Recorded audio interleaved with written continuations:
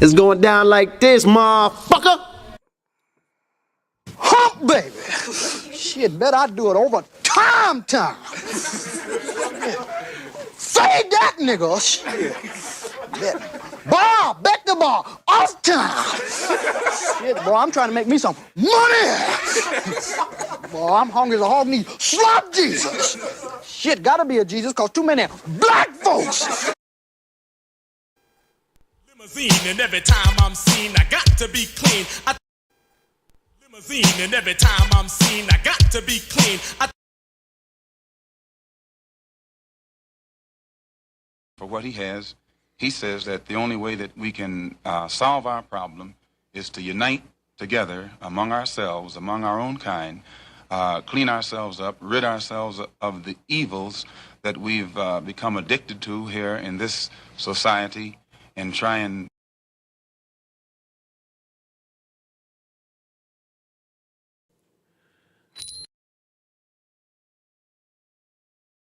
Yes, he destroy black boys. If you destroy him as a boy, he'll never become a man. Yes, he destroy black boys. If you destroy him as a boy, he'll never become a man. This ain't loud enough. I'm still trying. This ain't loud enough. I'm still trying. This ain't loud enough. I'm still trying. I just left the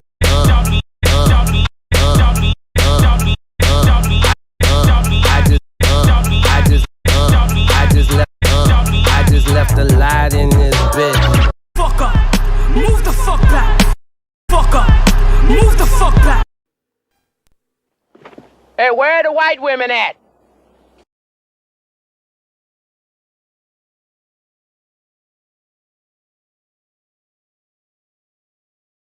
Joe feet. He looked down, seen his feet. The nigga went berserk. Killed the monkey. Threw the bat out the window. Start kicking that bitch in the air. Say anyway, but I will.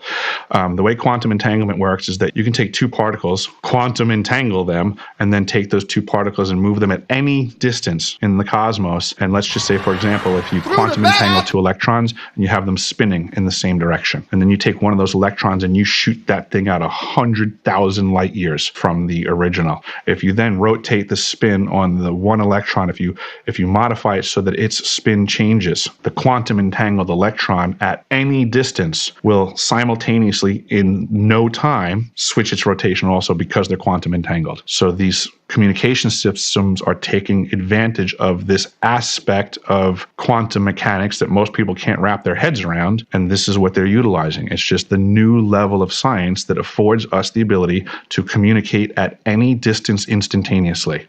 Can you?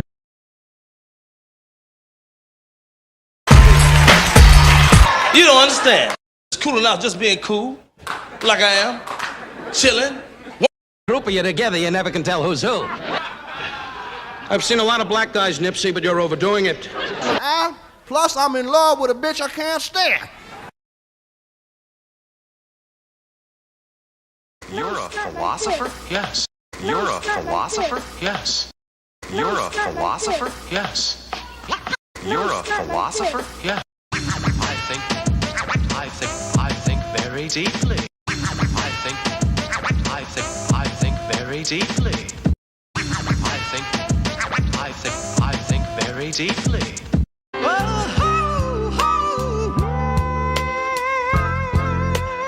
Hey, dance with me.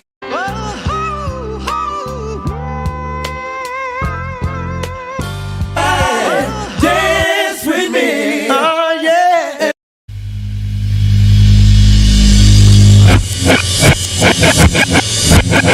I mean, TikTok. A lot of the white content creators on TikTok get all of their dances from the black content creators. Damn white boys out there. Most of them is psychopaths and all that. They'll kill your mama's mama. And you decent white folk that still don't know they're racist. What the hell you want here, hunky?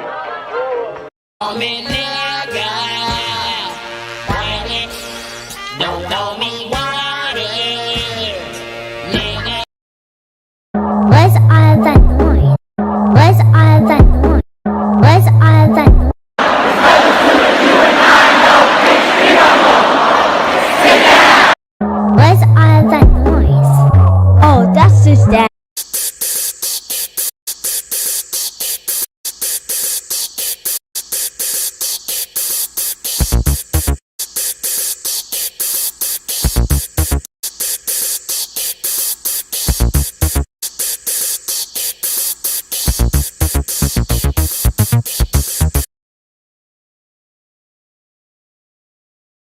the Chinese platform, you already know they don't give a fuck about your black ass.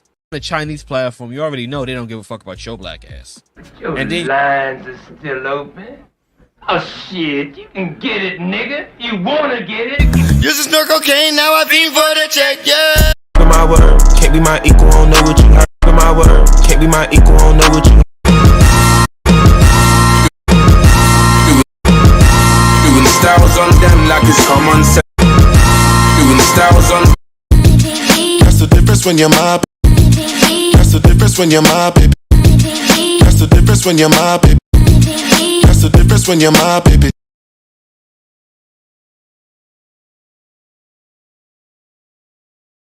Heavy, I'm a walking dead man, is what they call me when I come. Heavy, I'm a walking dead man, is what they call me when I come. Heavy, I'm a walking dead man, is what they call me when I come. Heavy, I'm a walking dead man, is what they call me when I come.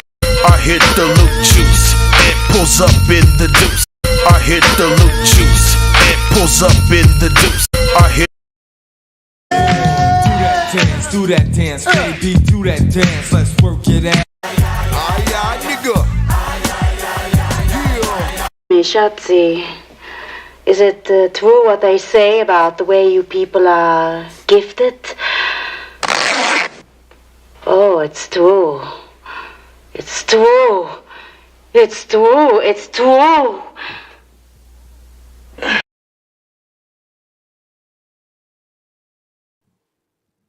I guess you go to the history of European civilizations. 250 years is how long they last before they implode because of their greed, because of their violence, because of an inability to let others be, including themselves. If they didn't have brown and black people to hate, they would hate themselves.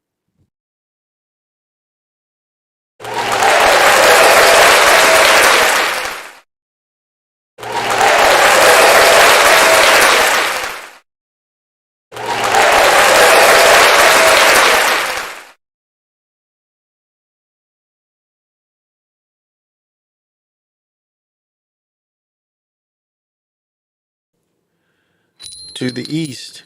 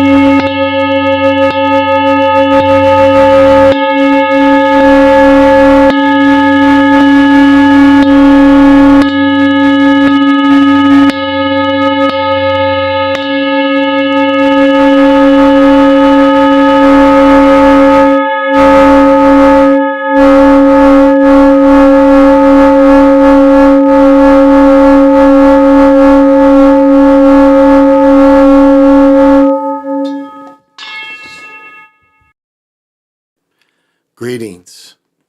This is Big Pontiac, and welcome to the Chocolate Mountain Show. I am the holder of the infinite sacred ball game that was created by the Hero Twins, and I am that one and only Galactic Daddy-O, welcoming each and every one of you to my galactic patio that reaches from Minnesota to the universe. Well, I guess that's a motherfucker's cue. Yeah, let's get some good vibes going. I'll do this in front of everybody. You know, it's the full moon. You know, the full moon peaked about 6:30, but we still in it. So those of you, I always do a little something when it's the full moon. So it doesn't, whatever you study, I'm not trying to convince anybody. It's just something I do. I'm a Cancer, and this is something I do. When the moon gives a lot of energy like this,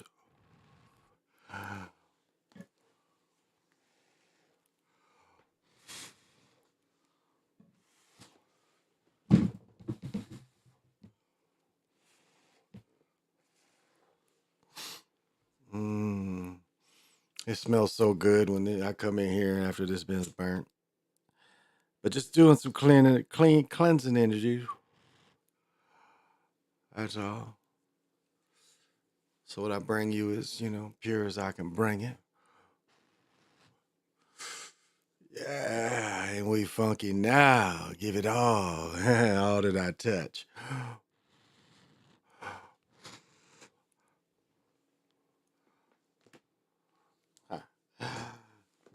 How did they do it? They fan it with the feathers. So you ain't got to blow. You just fan it. Let it do a little work instead of me blowing. Yeah. Because I need all this to elevate.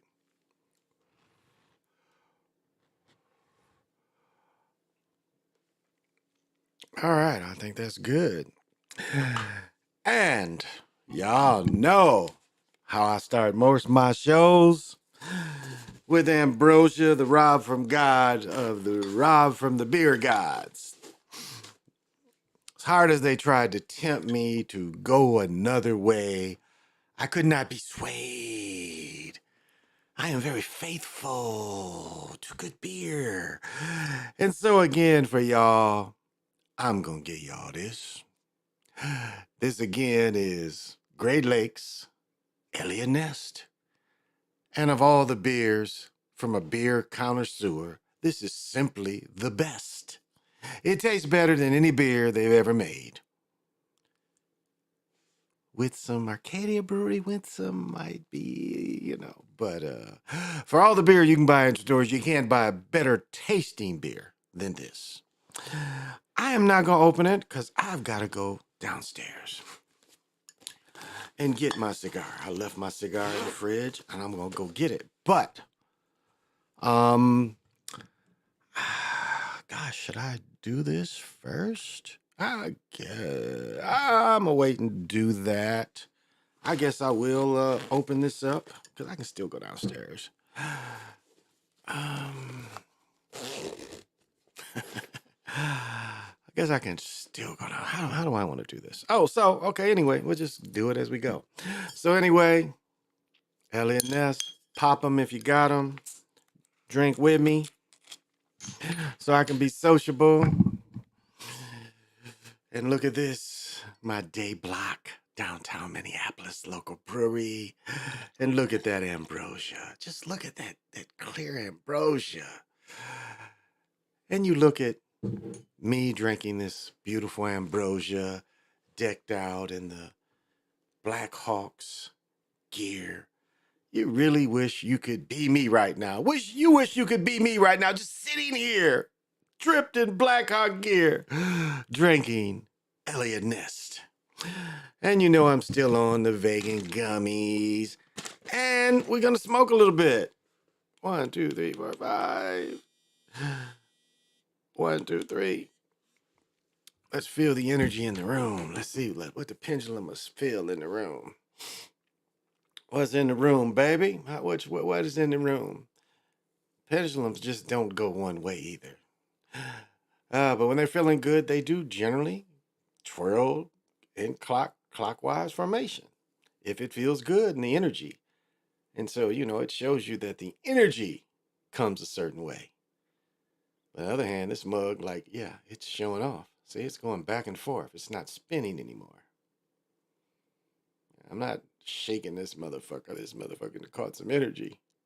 It's caught some energy from somewhere, and it's being attracted and repulsed, retracted, repulsed. So, this ain't nothing I'm doing. It ain't like I'm doing this. I saw one girl doing this one time. She's like, wow, isn't it going crazy? I'm like, yeah, you're twirling it crazy. Nah, you ain't got to do shit to it. If you got it, you got it. If you can connect to this, you can connect to this. Yeah. So here we go. Smoke them if you want them.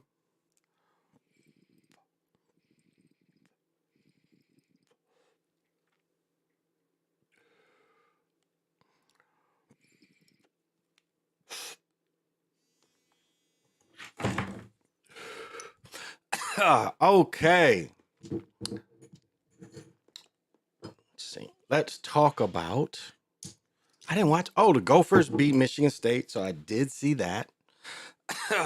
I'll tell you the fight.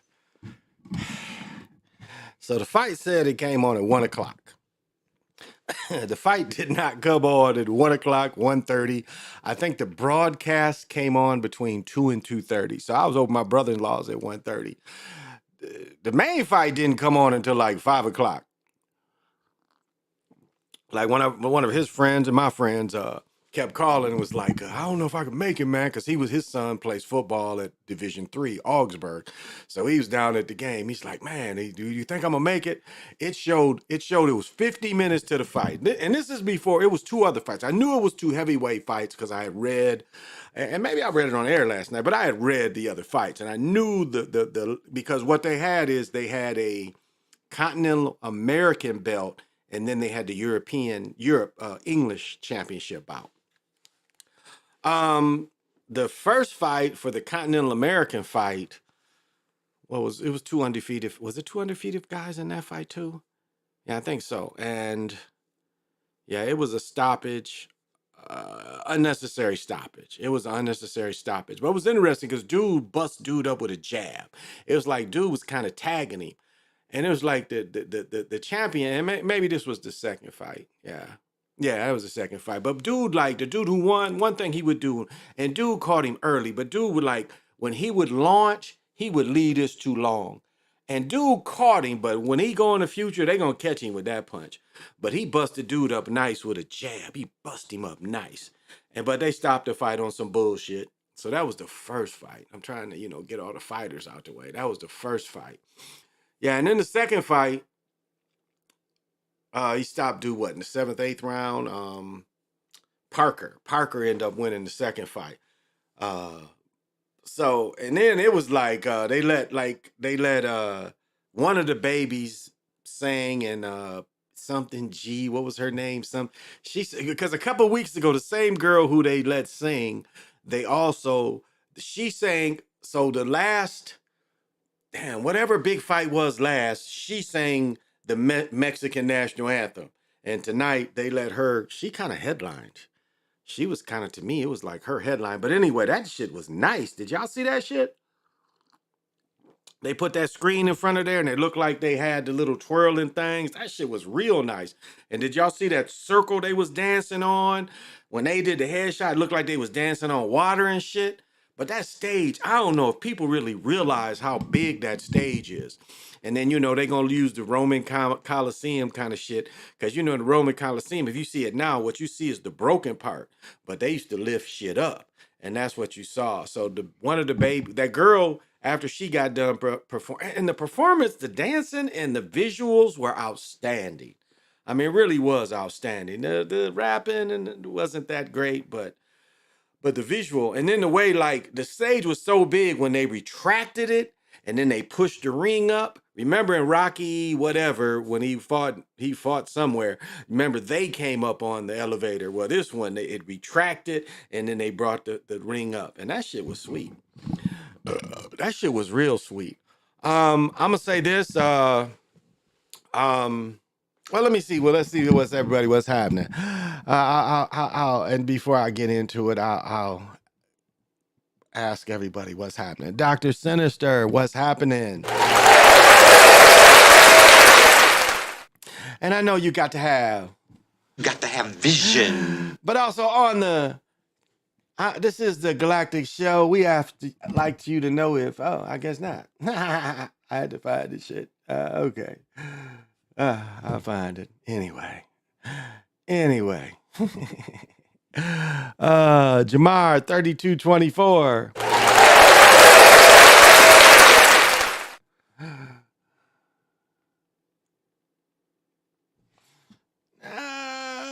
No, where is it? Wasn't that far back. All right, I'll get it together. I will get it together. Oh, okay. All right, I'll get it together, y'all. And Jamar, I know you definitely got to have vision. And since we're on the Galactic Patio, we're definitely would you like to dance with me? We are doing the cosmic slop on this motherfucker. Joey, Black Hawk fan, been a fan of all my life. Kane And Towns are my favorite athletes. Thank you for coming, Joey. And I know you also got to have vision. And up here on the Chocolate Mountain, we ask you, would you like to dance with me? We're doing the Cosmic Slop. Would you like to dance with me? We're doing the Cosmic Slop. Definitely. El Dragon Amaroon Khan. And I know he definitely has. Got to have vision. And would you like to? Would you like to dance with me? We're doing the Cosmic Slop. We are doing the Cosmic Slop on this motherfuckers. I do affirmative releasing what don't serve me. Indeed, Lorenzo down in the sip.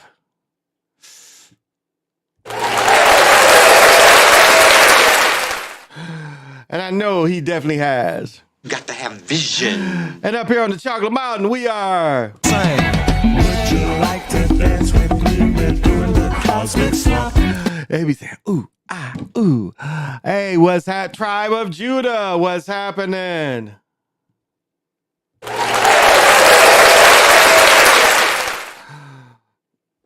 Got to have vision.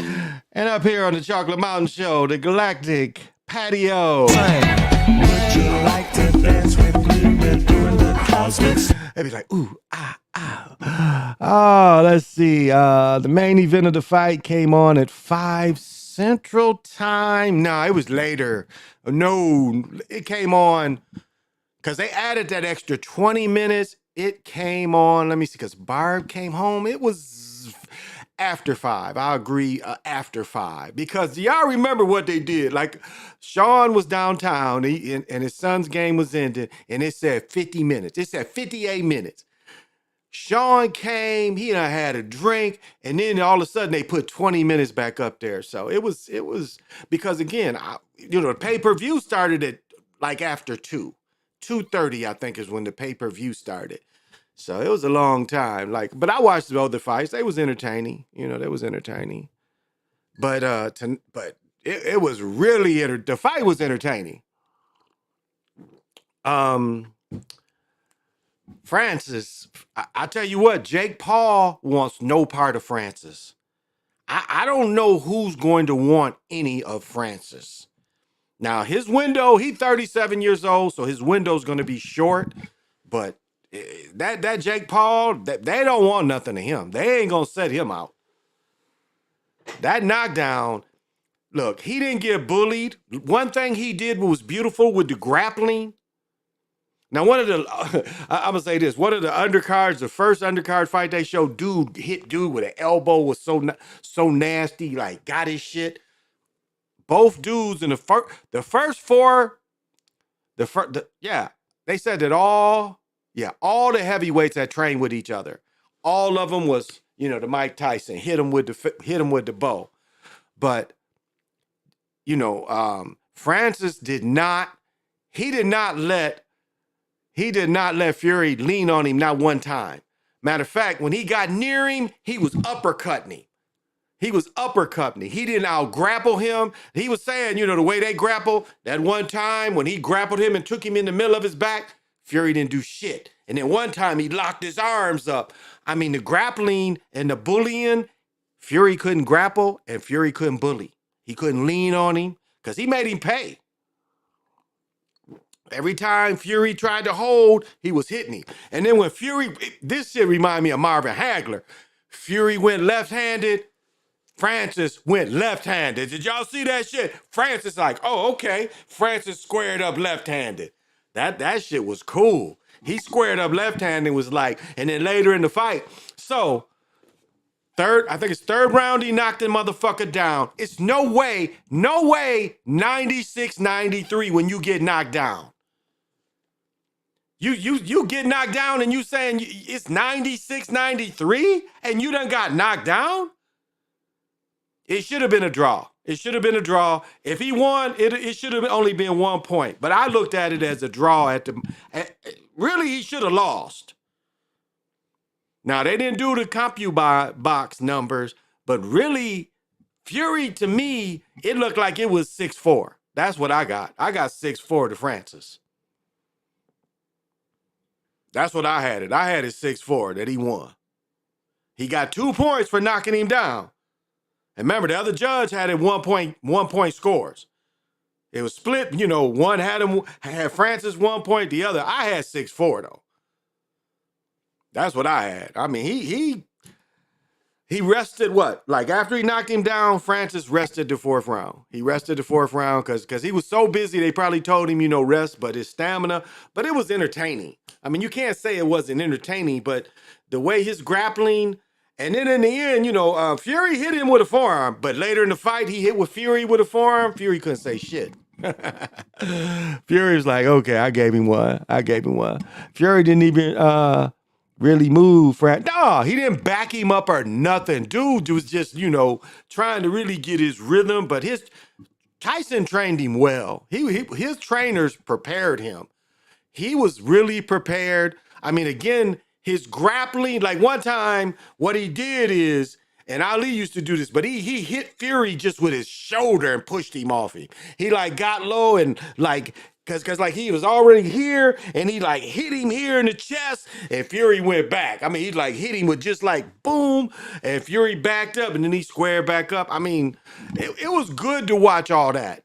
It was good to watch that. And it was entertainment. It was a good show. It was really a good show. You had a good feeling off it. The showing. Paul won't fight that dude. Again, man, these dudes, what did he come in there? 6'5", 270?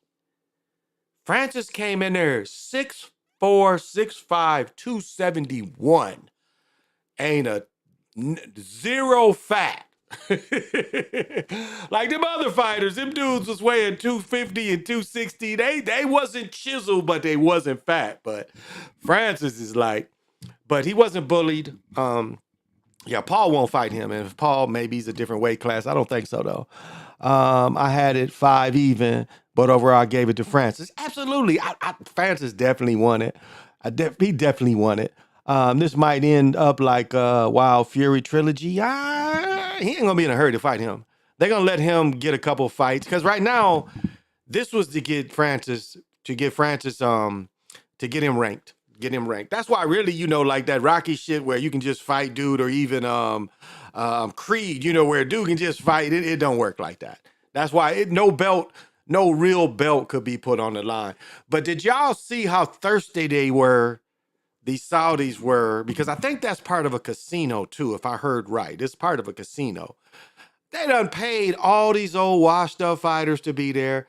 Who did I see the back of? Damn. I saw him. Who was it? I'm old man and y'all. Oh, who did I see the back of? Man, I saw the back of it, but it was like, they tried to interview, what's his name? Riddick Bowe, it is like,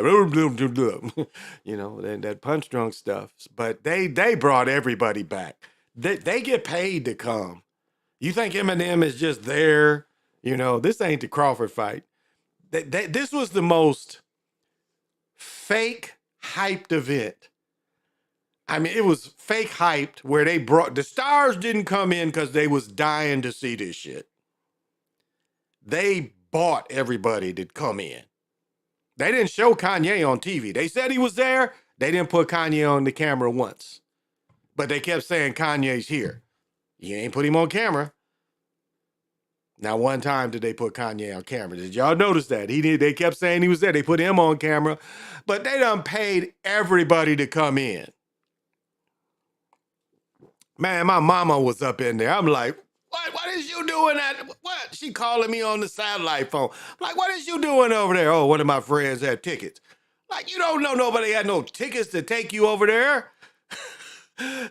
Man, it was just funny to see all the people they paid. They said 30 years of champions. You done paid everybody to come over here. You think they just there for nothing? So this just shows you, this was a non-event. They say Fury got $50 million for this. They overpaid everybody because that's the Saudi way of doing. They overpaid everybody. I mean, there was more than 3. There was 4 other fights, I think, what I read. what is that? 1, 2. Yeah, I think it was 5 preliminaries. And maybe 4. No, I think it was 5. I think it was 5. So 5 people, and you know, the first 5 fights was all outside. Like all the other fights was outside in a different arena. But this was the fakest hype I've ever seen. I mean, this is like, this is like, you do a Hollywood premiere movie and you pay everybody to come see your movie. You pay everybody to come to the premiere and shit, It was really that, where they paid everybody. And then they're going to be there in the end. Fury's fighting Usyk in December, and that's going to be at the same joint. But this was like the overhyped nothing. It's like where a bunch of rich folks, them Saudis, just paid everybody to come to make it look like everybody wanted to be there. Really? Like I'm just a boxing fan. That's all. I'm just a boxing fan. It's something to report on. So, I wanted to see it, So I didn't have to pay for it. If motherfuckers had them sticks, they ain't got to pay for shit. So I watched it because I like reporting on boxing. I like boxing. I generally watch, if it wasn't the World Series and shit, I would generally watch boxing on Friday, because Friday is ESPN and Friday is Showtime. Almost every Friday you can see boxing on Showtime. So, no, I'm just a big boxing fan. So yeah. So that was like, it's the biggest non-real, like this event was not a big event. The world wasn't like Ali Frazier won. Everybody's holding their breath. There's nothing like that. This is somewhere. And it was just funny how the dudes kept hyping it up. All of them want to be here, like, yeah, okay. I want to be there too if they done paid me a bunch of money. I bet Mike Tyson got 10 million to come over there. I bet you anything. He got 10 million. But Francis is they're gonna have to deal with him. He's gonna be ranked in the top 10. And they're gonna put him with somebody and he's gonna beat the shit out of him. I mean, he is like one of the he put, like, y'all gotta watch. I'm gonna watch it again because his tactical skills with the grappling and the wrestling, and you could see that Fury saw his strength. He was way stronger. Fury did not realize how strong that cat was. That cat was Francis. Telling you, he could not lean on Francis. He couldn't lean on him. He couldn't do any of that dirty grappling stuff. And he got Francis with an elbow early. Francis got him back in like the 8th or 9th round. He got him with a good elbow to hit him right. And what could he say? But all the other fighters that fought trained and sparred with Fury, and all of them, like, what was it, the first fight they showed where dude kept elbowing? I mean, dude, I'm telling you, that the very first fight they showed, the dude with the braided hair, man, he hit the dude who ended up winning. He hit him with a good elbow. I mean, you saw, like, he hit him like right, he caught him right here. And he did it so fast, the ref, but the whole fight, all of them was like they said they trained with Fury. All of them was like, because Tyson was the one that punch elbow. He would do it really fast, punch and then hit you with the elbow. But that was a dirty hit. But that was the same one where dude hit him with the jab and bust him up. But the first time he hit him, he bust him up with that jab, and then he bust him up again, and he knocked him out. That fight shouldn't have been stopped. That fight was bullshit when they stopped it. Dude really wasn't hurt. He wasn't hurt at all.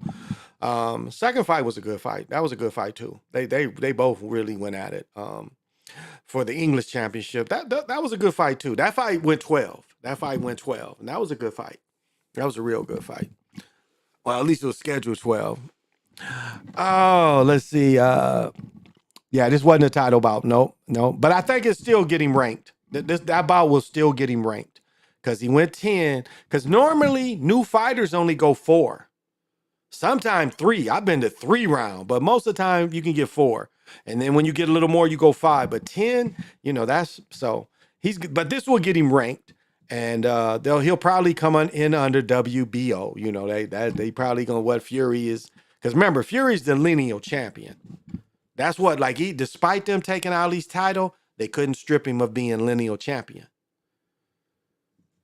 See, Joe Frazier didn't get the lineal championship until he beat Ali. But up to that point, Ali was still the lineal champion for 3 years. You can't, that comes from the man who beat the man who beat the man who beat the man who beat the man. That's what lineal means. Not, some organization makes up a new belt. No, the lineal champion, that's Fury. Fury's the lineal champion. Championship, the lineal champion was what Jack Johnson was, Jim Jeffries, Jess Willard, Joe Louis. They was lineal champions too.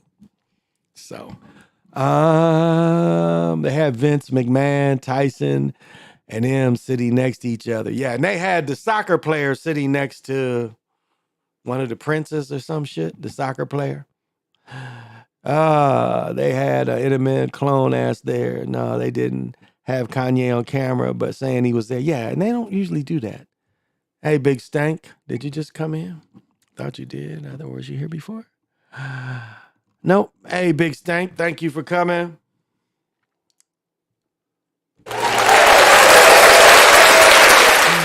And I know you got to have vision. And here on the Chocolate Mountain Show, we sing.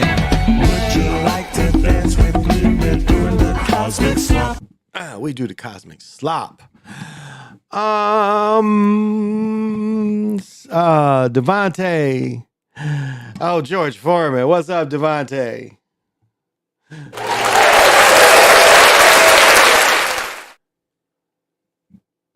Got to have vision. And on the Galactic Patio, we sing. Would you like to dance with me? We're doing the cosmic slop. Yeah, George Foreman. I ain't mind George. George was like Sonny Liston, really.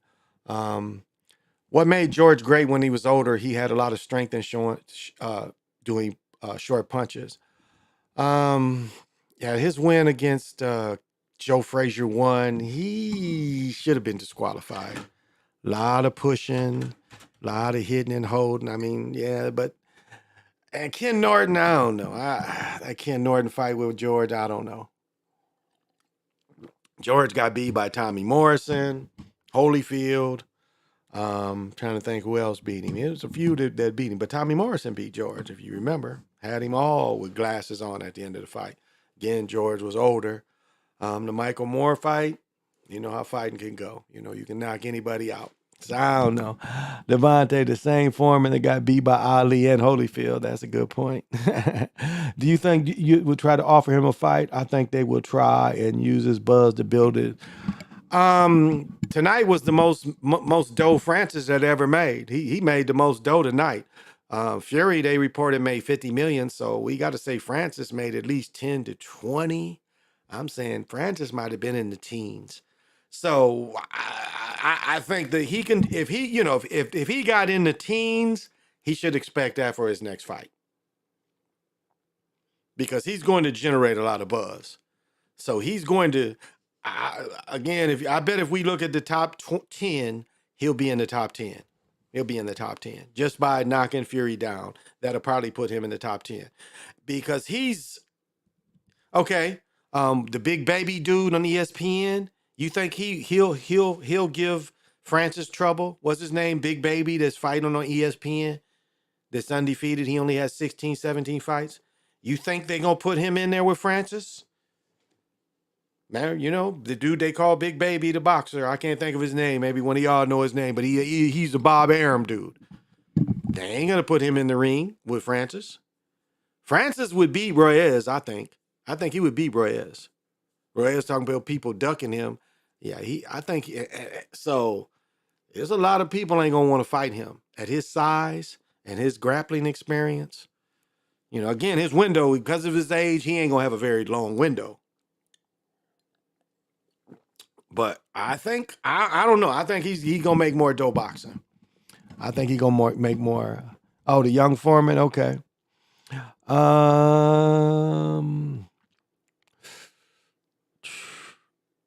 Ali was overrated. I don't know why. I don't know. What you got to understand about Ali was his skill set. And you can't really say someone's overrated when someone didn't fight in their prime.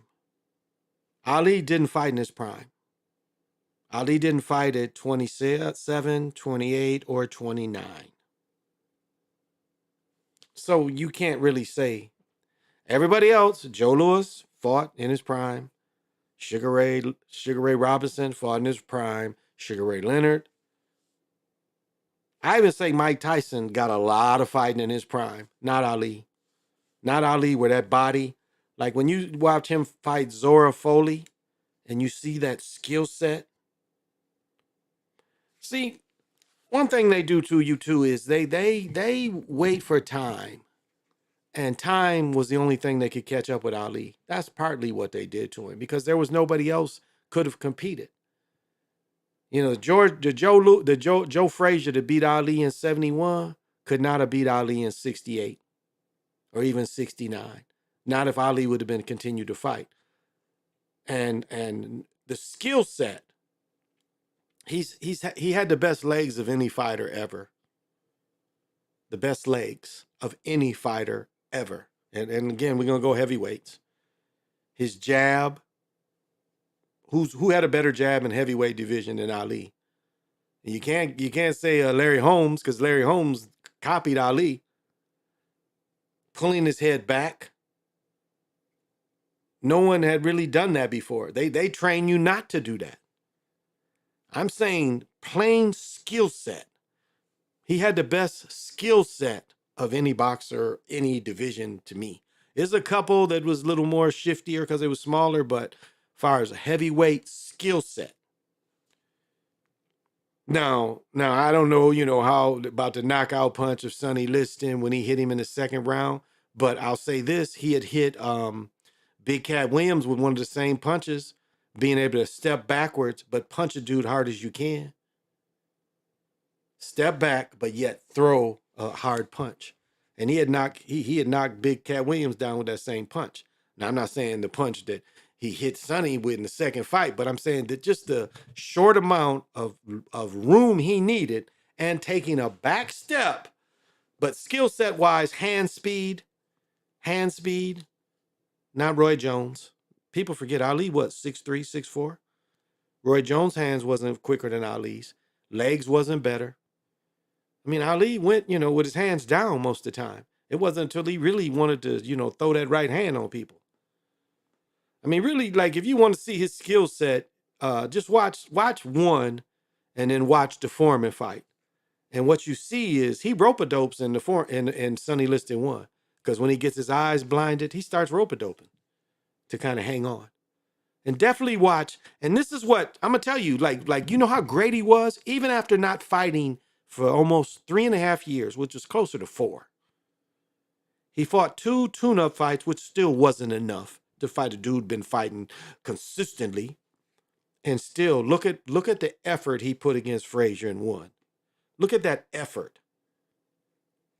I mean, the effort that Ali Frazier won. Again, you got a dude who's been fighting consistently since the Olympics in 64. You had a man that had 3 fights in 4 years. 2 fights in 4 years. Because, they rushed the fight saying that they thought he was going to go to jail. But skill set wise, his skill set was unmatched. And again, it's hard to judge him because most everybody else got to fight in their prime. Ali did not. And for that, you can't really, if you're saying Ali overrated, then you must say Mayweather overrated, and that's both blasphemy. Yeah, Mayweather wasn't over. What everybody forgets is they used these people to make. Oh, absolutely, absolutely. No, I'm not saying that. I'm not saying Ali's fights wasn't fixed. Every sport is fixed. I'm not saying that, but I'm just going by straight skill set. I know others that, saying Ali wasn't the greatest. No, the career, of course. But again, they took almost 4 years from the man. They took his prime. And again, if Ali fights in 68, 69, 70, 71, no one would have touched him. No one would have touched him. He probably would have lived a longer life and could have retired at a decent age. Because, what they say when he came back, Ali found, they said the good and the bad thing. They found out Ali could take a punch. That was the good and the bad. Because, you know, he started getting hit where he wasn't getting hit before. And that's what happens is time, reflexes, and that's what they counted on. They counted on time, and he was still great, and they still could fix fights and, you know, make them believable, but, you know, the skill level. So they couldn't script it when Larry Holmes fought him. They couldn't script it for him to win. Say Didi, you say he was overrated. So I don't know. I don't know what eyes you look at him, because again, he did not fight in his prime. And the man became champion at 22 years old, and he didn't get to fight in his prime.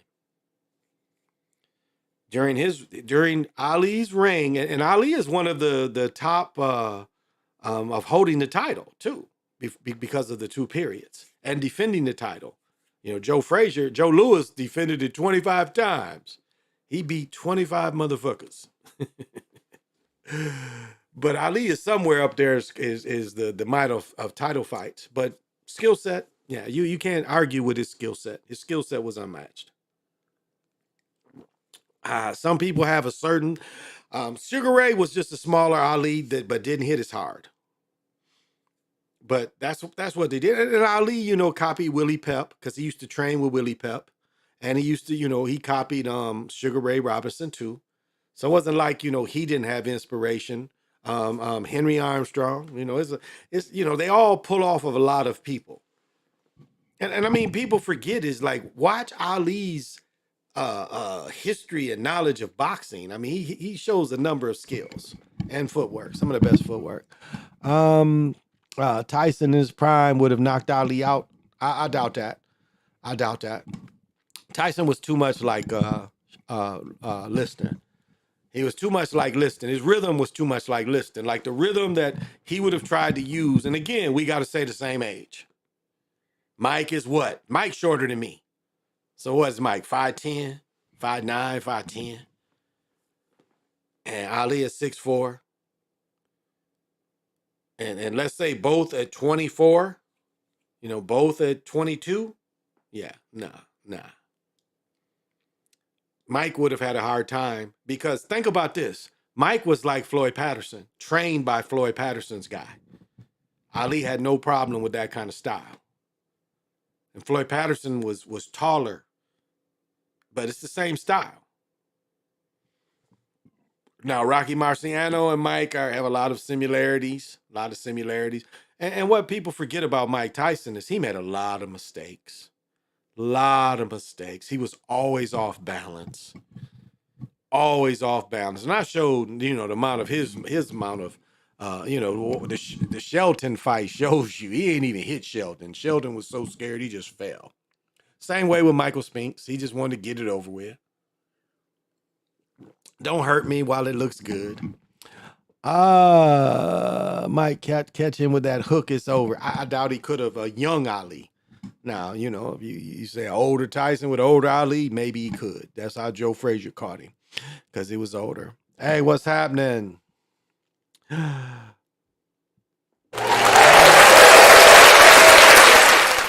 Bishop Mac Bone, what is happening? My bitches. You saying you can't control your bitches? What? And I know you can control your bitches. You got to have vision. And you definitely got to. Would you like to dance with me? We're doing the cosmic slop. We are doing the cosmic slop in this motherfucker for show. Let's go. Look at that. Good fighters, the best Tyson. Beat Tyson. Yeah, well, I mean, like Tyson made a lot of mistakes, and it was some dudes that really, like, I thought Pinklin Thompson's jab, but again, they had him like he was fighting scared. But I thought he had the jab to keep Tyson off him, because it became evident that if you could hit Tyson, you could keep him off you. The Tony Tucker fight kind of showed you that. Long as you could keep hitting him, you know, it would make him, his attack was so different. And like Bone Crusher hit him, like Bone Crusher mostly held. And I thought Bone Crusher was a dude that should have gave Tyson problems. But when I saw Bone Crusher, he held most of the fight. They should have disqualified, really. When Tyson and Bone Crusher Smith fought, Bone Crusher should have been disqualified for holding. But anyway, he hit Tyson in the 11th or 12th round, and Tyson described it like his head went into his neck. His head went into his neck. I mean, it was the first time Tyson took a solid punch from a big man. And it just seemed like, you know, for me, even looking before Buster, that a big dude that could hit was going to give him trouble. I mean, just his style, the way he would be off balance all the time. And it just, you know, I've been saying, I said this before Buster Douglas. I said, a big dude that could hit. And remember, he fought Larry Holmes. Larry Holmes was shot. But young Larry Holmes, again, same age Larry Holmes, I don't know if Tyson could have got through that jab. I doubt Tyson could have gotten through Larry Holmes' jab. Now, the only problem I'll say, young Larry Holmes, he would get hit. Because remember, Ronaldo Snipes knocked his ass down. Remember that? Ronaldo Snipes almost knocked Larry Holmes out. And that was when Larry Holmes was in his prime. So Larry Holmes would get hit. Ken Norton was hitting him. You know, for him to win his championship, him and Ken Norton was trading. So he would get hit. He would get hit. And Ali really wouldn't get hit. So that would be, you know, my early thing of prime Larry Holmes and prime Tyson. But if Larry peppered Tyson with that jab, Tyson would have trouble. And it probably would be the same way that Buster Douglas beat him. Because as long as you could keep Tyson and hit him, because he showed his career he couldn't take a punch. Now, I think the Holyfield fight was so dirty, especially that first one. That's the head button. Holyfield should have been disqualified. First fight and the second fight. He should have been disqualified because he obviously headbutted to get an advantage, and it was allowed. Remember, they took, I think, 2 points away from Holyfield for headbutting.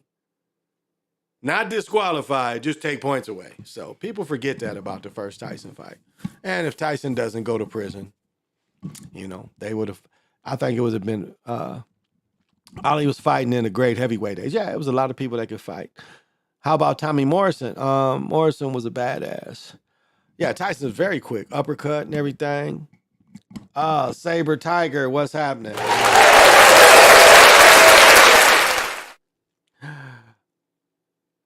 Got to have vision. And here on the Chocolate Mountain Show, we Would you like to dance with me? We're doing the cosmics.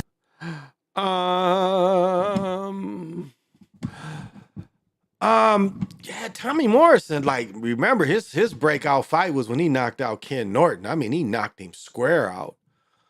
They were calling him the Duke. Y'all remember that? They was calling him the Duke. Ray Mercer, though, I don't know. They said he used steroids. They said, you know, Tommy Morrison used steroids. So, you know, it's hard to judge dudes that use steroids, you know, to fight. Just like the dude who beat Roy Jones, Tarver, you know, steroid user. So it's hard to know about some of them cats that use that. So I don't know. And that's, you know, what to break on him. Because, you know, Ray Mercer put it on Tommy. And Tommy really should have. Ray Mercer wasn't a great fighter, but so Tyson got beat up by Holyfield. Ali would have beat Holyfield easily. Yeah. I don't know. They need to name Holyfield, but really Holyfield was really he was still a light heavyweight, I think. He was related to John Wayne. Yeah, that's why they called him the Duke. Yep. For Tyson, because he kept headbutting him and the ref wasn't doing nothing about it. That's why he bit his ear, because he kept headbutting him. He was seeing that's how he lost the first time, was all them headbutts. And so it was, you know, Miles Lane, again, the same ref for the second fight, wasn't doing nothing about it again. Because remember, he is warned. And before he bites him, he's warned about his head again. And Tyson, it wasn't that he was losing. It was like, this motherfucker wouldn't quit headbutting him. And that was watch the first fight. He's leading constantly when he meets Mike. Mike comes in, and that was his way of countering, is he would counter with his head. As soon as Mike would come in, he would counter with his head over and over and again. And he should have been disqualified both fights. Holyfield was a blown up cruiserweight. Yeah, exactly. I agree. Tyson, Lewis. Yeah, so, I mean, you know, and, you know, like, I'll say this is, like, I wonder, Like I would have liked to see Sonny Liston fought Joe Frazier, and it's really mind blowing that they never fought. It's really mind blowing. So I think they didn't want to fight a guy like Sonny. I don't think Joe would have did well even against the old Sonny. Because at one point after Ali beat Sonny, Sonny won 10 in a row. I mean, you can find one of his last fights where he knocks the dude down. And this is how fixed the last fight is. He knocks the dude down. Damn near knocks the dude out. I think the dude got up at 9. And then Sonny gets knocked out. He was obviously through that fight. But I don't even know if that Joe Frazier could have beat Sonny. But Joe Frazier would have given Mike Tyson a hard time. And right there in his face. I don't know that Tyson would have been able to deal with Joe Frazier. Both damn near the same height. Tyson may be a little bit bigger, but I don't know if Tyson could have dealt with Joe Frazier. Because here's a guy that's constantly going to give you pressure. He's eating everything you throw at him, and he's constantly giving you pressure. And I'm talking about 71 Joe Frazier against Ali. I don't know if Tyson could have beat Joe Frazier. And Joe Frazier would have been in his face the whole time. He wouldn't have been backing up. Joe Frazier would have been in Mike Tyson's face the whole time. And remember, when they did now y'all would know this more than I. Back in 2010, they had that Ali fight. You know, on PlayStation, they had the Ali where Frazier and everybody was matched. You know, where the top fighters was really, you remember you had to work with them to fight people, and then you could get on the internet and box them as Ali or Pacquiao. But people forget that Joe Frazier was one of the highest rated in that game.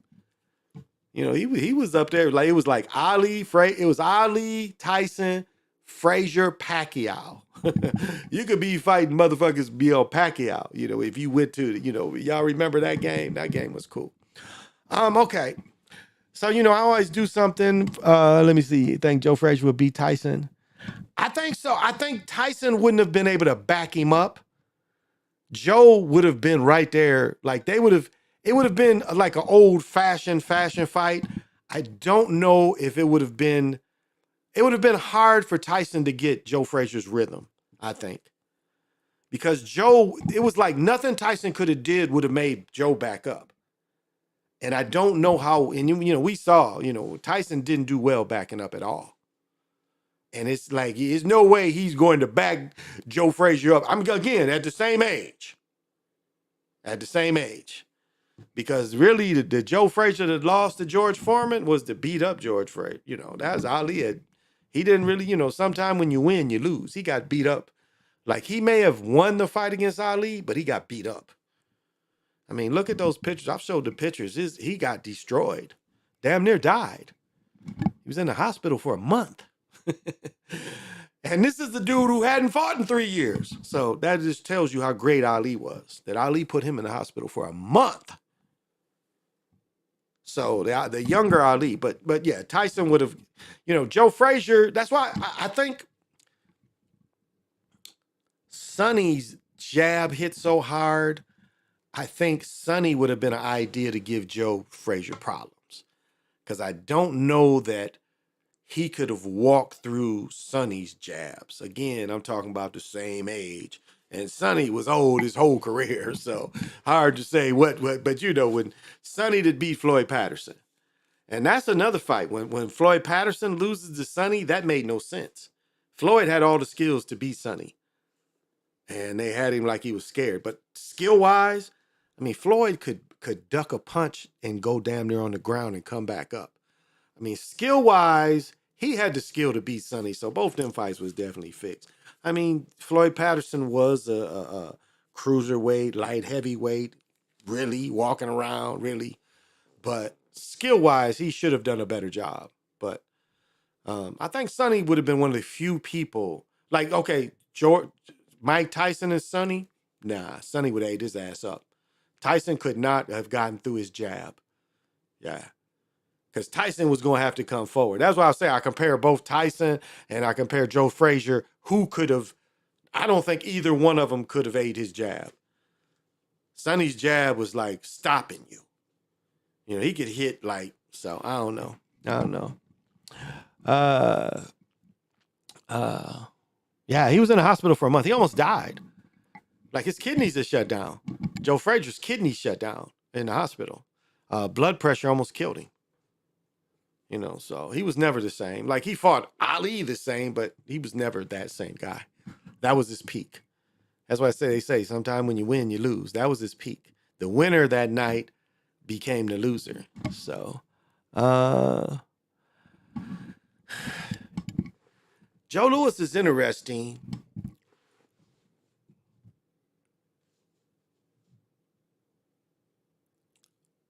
Now, you talking about a dude who didn't need much room to hit somebody? Study Joe Louis. And his jab. Footwork was like the mummy, but short, hard punches.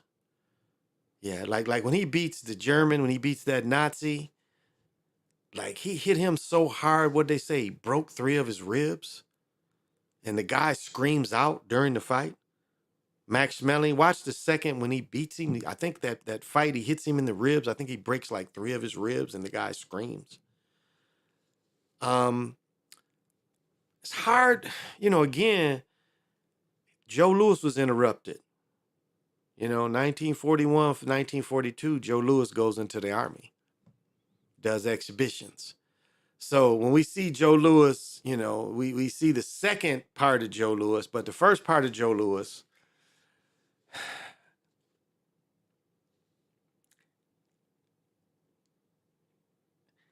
I'll say this. I'll analyze him best like this. He was a pressure. This is probably a great example. What's his name? That just lost to Crawford? Spence. Joe Louis is Spence. Probably a bigger Spence. That's Joe Louis. Constantly pressuring you like Spence would. That's Joe Louis. That's the best example I could give you of Joe Louis is Spence. Spence before he beat Crawford, that's Joe Louis. A stand-up dude just fenting like this, but more standing up, but short punches, short, hard punches. Look at his film, short, hard punches. Like he was one of the few dudes that hit a dude and the dude would roll over. He hit one dude and the dude rolled over, But it was funny, if you listen to the fight, they was talking about people that could carry people. And that's what Jack Johnson in his career, that was like that was what they were supposed to do. There's like they was scheduled for 70 rounds. They would grapple and give them 70 rounds because that's what people expected. So it was funny tonight. They was talking about carrying a fight. And like when Ali fought Floyd Patterson, he didn't try to knock him out. He wanted to punish him. So he carried him. That's one of the ones I can give you. He carried him. So what carrying means is you could beat the fighter, but you don't beat him when you should beat him. You keep the fight going. And they tried to talk down about that, but that was interesting because they brought that up and it's like, he's not going to have to carry him. Excuse me. Yeah, Lewis was. I liked Lennox Lewis. I did.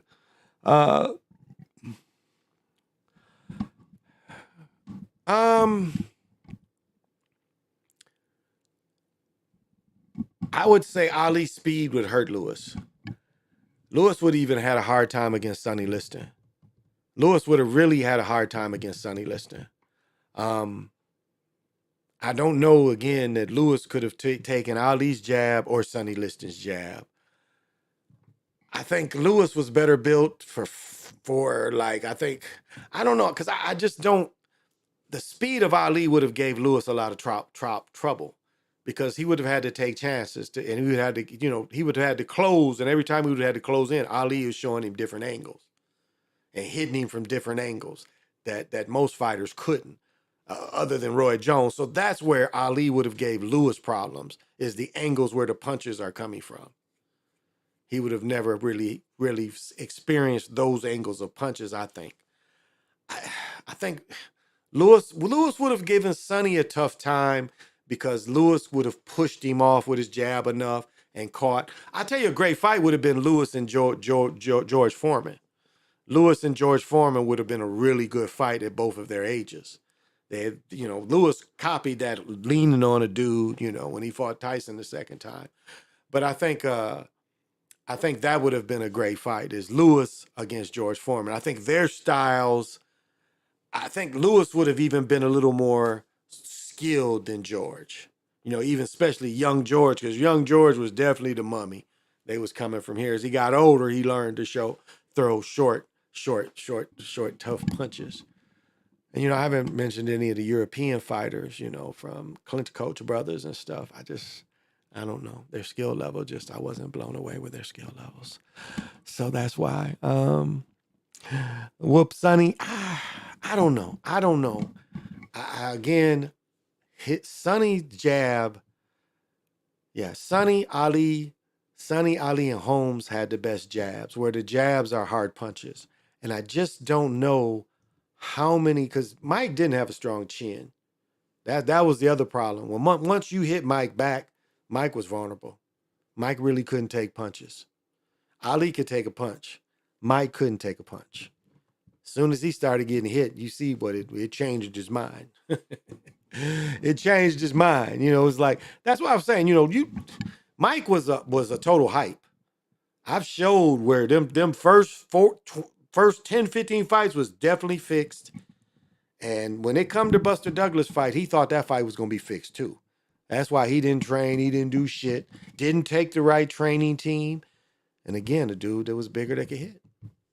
You know. Well, Hall of Fame fighters did Tyson beat? Well, he beat old Holmes. He beat old Holmes. Hey, Sean in here? Hey, Sean, what's happening?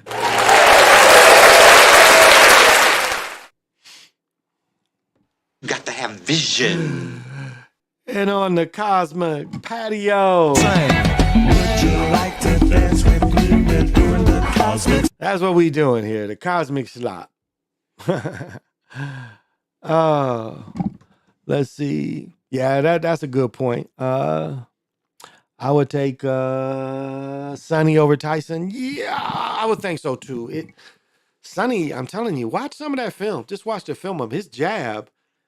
Like Ali was able to had a skill set to the movement hurt him. That's why Sonny and Joe Louis would have been a good battle too. You know that because that's their skill set. Joe Louis and Sonny Liston's skill set was very similar, but Sonny was a bigger cat, really big hands, long arms. You know, Sonny was about 5'11". Joe Louis was about what 5'10". 5'9", 5'10"-ish. So Sonny would have probably had an advantage over Joe Louis. But Joe Louis would have got to a lot of people. I mean, a lot of modern fighters just because of his skill set. And that's what you got to look at. What is this guy's skill set? So when you talk about one fighter against the other, look at their skill sets. What skills do each of them bring? Not just you overwhelmed with the video. No. Look at what each fighter's skill set was. And that's why I say, you know, I put Ali over everybody because of his skill set, not his career. I'm saying who had a better skill set than Ali? That's what my argument is. Whose skill set, whose skills were better than his skills, given the same age? And it's hard for anybody to compare that. And again, you know, we're talking about his skill set from the time he took the championship until they made him quit boxing. That's where we're looking at his best skill set. Because it was diminished skills. The second part of the career we're looking at diminished skills. But we're saying, look at this skill set from the time he's 22 to he's like 26, 27. That's my point, is skill set. Primary Larry would beat Tyson with Larry. That's what I think. I think too. I think Tyson would have had a problem with Sonny and Larry because of that. Because again, you know, Mike Tyson could deal with it. Joe Louis could deal with it because Joe Louis could take a punch. And Joe Louis's style, you know, that style when he beat Ali, that style, Joe would have been effective with a lot of people because Joe was the one dude that could get by the jabs. So Sonny would have had a hard time, and Joe Louis too. They would have had a hard time because, again, these dudes relying on these jabs, they ain't hitting Joe Louis, and if they hit him, he eating it. And because, you know, he's a real, you know, again, he's waiting for you to release your right hand. Because if you release that right hand, that left hook is coming. That's following. It's like when he knocked Ali down, it's the short left followed by the hook. The short hook, second hook. And that's hard to deal with when the dude done did this. And Joe's coming with a double hook. He's hitting you with a double hook. It's hard to deal with. So that's the one dude that could have ate them. You know, I think that both of them would have had a hard time with him. Especially, I think Joe Frazier would have had an easy time with Joe Louis. Now, again, because Frazier could eat punches like nobody else. Now, after Ali beat him, he could not so much. Couldn't really eat punches too much after Ali beat him. But yeah, and Larry, you know, again, Larry doesn't get his roses because he followed Ali. That's it. They stopped. Larry beat Spinks. You know, that was one of the biggest robberies ever when they gave Spinks the title over Larry, and Larry was 49-0. Woo. I mean, Larry didn't lose any of those fights. Not one time did Spinks hurt him. And this is when, you know, you got to kill the champion. You know, the king wants to come out on the shield. If anybody thought that Larry Holmes, you know, gave it, you know, that he was taken out, they did that to stop him from breaking Rocky. That's the only reason Michael Spinks became champion. They didn't want Larry Holmes to break that record. And, you know, so they fixed it for him to lose. And, you know, he really shouldn't have been Floyd. It should have been Larry Holmes. And Larry Holmes, you know, because he followed Ali. And that's why he gets a lot of bad and doesn't really get what he deserves. And, you know, the other part is Larry fought against a lot of King fighters. Because there was a part of history of boxing where King controlled both fighters, which, you know, that's a conflict of interest. But that's the history.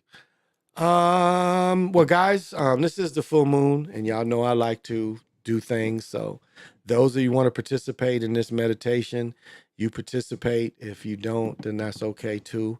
I can come back to boxing. I'm not going to go too much longer because I got shit to do in the morning.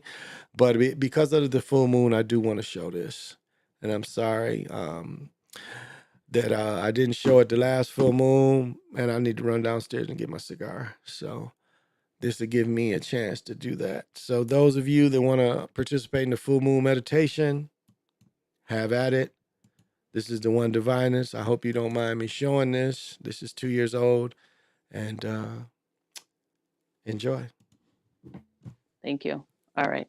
Let's go ahead and get in the position, what is most comfortable to you. I suggest sitting up because sometimes when you're laying down, you can fall asleep in a meditation. Which is actually better to move through the chakras is when you're sitting up. But if you need to lay down, that is okay. The other thing that I would say is don't try to guess what I'm going to say. Just be open, be relaxed, listen to my voice, follow my voice, and we should have a good meditation. All right, let's go ahead and close our eyes. Palms up. We do the palms up to receive. And we're going to start with some breath work. So as you breathe in, you're going to breathe in through your nose, and I want you to breathe down to your belly. When you breathe down to your belly, I want you to expand that belly. As you're breathing in, I want you to focus on breathing in love and light. Then I'm going to have you hold the breath. And then after we hold the breath, we're going to do an exhale. You're going to exhale from the belly out through the mouth. I'm going to give you some numbers. We're going to count this.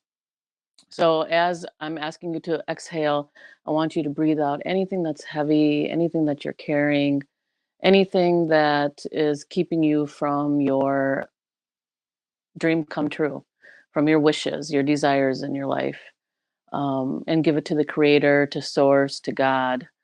When we do the breath work, just relax. Just be calm. No worries, no stress. Do the best that you can. Don't worry about the counting. If you can't make it to the full counts, it's okay. Do you? Okay, let's start with the first breath. Breathing in through the nose.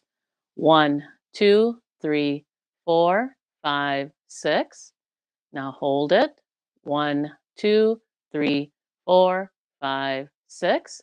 And now exhale from the mouth. 1, 2, 3, 4, 5, 6, 7, 8. Good. Push it all out. Let it all go out. Next breath, breathing in through the nose, love and light down to the belly. 1, 2, 3, 4, 5, 6. Hold it. 1, 2, 3, 4, 5, 6. And exhale from the mouth. 1, 2, 3, 4, 5, 6, 7, 8. Again, pushing it all out. Good. And last breath, breathing in. 1, 2, 3, 4, 5, 6. Hold it. 1, 2, 3, 4, 5, 6. And exhale from the mouth. 1, 2, 3, 4, 5, 6, 7, 8. Good. Releasing it all, letting it all go. Now we're going to just do a scan of the body. So what we're going to do is we're going to start at the top of the head and we're going to move all the way down to our feet. I just want you to go through the body and release any tension, any stress, any tightness you may be feeling, any stuck energies. You're going to imagine it going down a drain, or you can just give it to Mother Earth. Mother Earth will recycle that energy. So don't feel bad that you're giving it to her, just release it to her. Or like I said, just imagine it going down a drain, like you're standing in the shower and you're just washing it off. So let's start at the top of the head, releasing anything that is tight, just letting it go. Let's move to our forehead, any tightness in the brows, your eyes, letting go of any stress, moving down to your ears, your cheeks, your nose, your mouth, your jaw, chin, releasing any tightness in the shoulders, going down your arms, into your elbows, your lower arms, your wrist, your hands, your fingertips, letting go of any stress, any tension, any tightness in your upper back, your chest, lower back, your stomach, releasing any tension in your hips, lower legs, moving into the thighs, the knees, lower legs, your ankles, your feet, your toes, just letting it wash away, just releasing it, giving it to Mother Earth.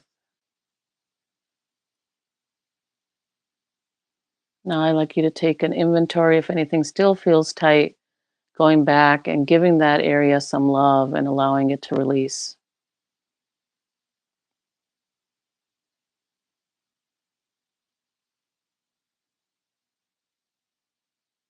Let's start now by bringing your awareness within.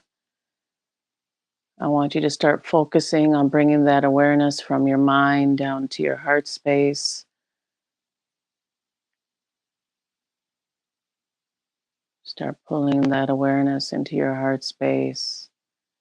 As you keep a light focus between your brows, not looking for anything, not stressing about it, just a light focus as you pull that awareness into your heart space.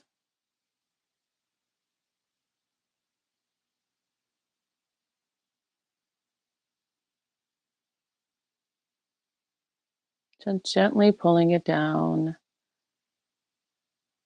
As you do so, I want you to listen to the sounds in the room that you're sitting in. Maybe the fan is blowing or the heat is blowing. Just allowing those sounds and not attaching to them.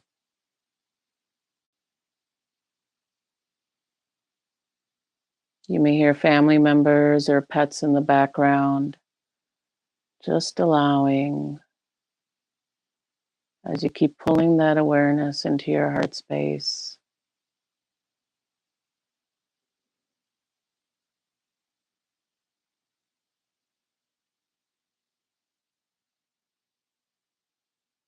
You might hear some cars driving by, just allowing those sounds to occur as you keep pulling that awareness into your heart space.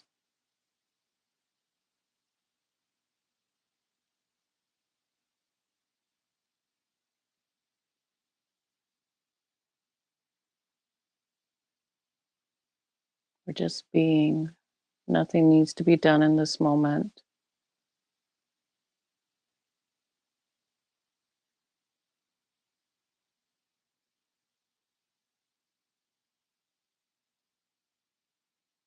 Thoughts may be rising in your mind of what needs to be done after this meditation or what needs to be done tomorrow. We're not going to attach to those thoughts. We're just going to let that energy pass as you're just being. As you keep pulling that awareness into your heart space.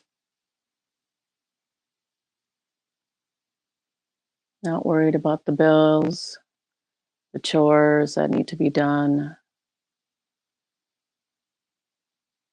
Not worried about the workday for tomorrow or for the rest of the week.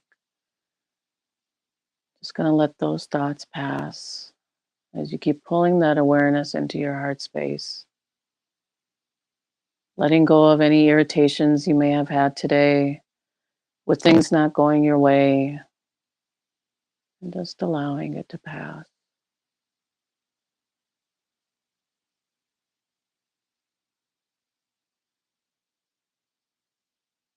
As you sit in meditation, you may feel some numbness or tingling.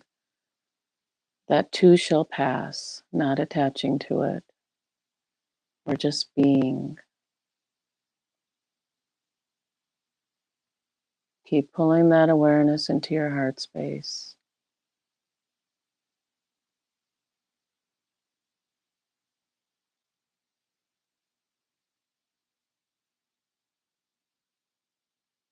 If thoughts continue to rise, just gently pull yourself back into the heart space.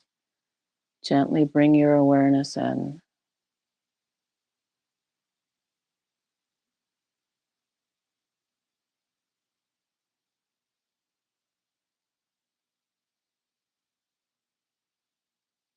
Now, being in the heart space, I want you to imagine a green lotus flower opening up. If you don't know what a lotus flower is, it's okay. Just imagine a flower opening up. This is where our love resides, in the heart space. I want you to move your awareness within the heart space, within that lotus flower. And I want you to feel that energy as it expands and moves in all directions. I want you to embrace yourself in that love, that unconditional love.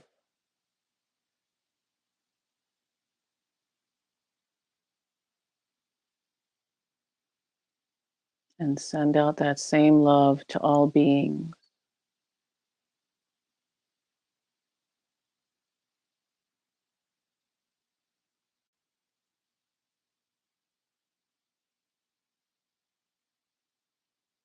Now let's move our awareness down to our solar plexus. Your solar plexus is located about 6 inches above your belly button. As you move your awareness down there, I want you to imagine a yellow lotus flower opening up and bringing your awareness into the center of that lotus flower.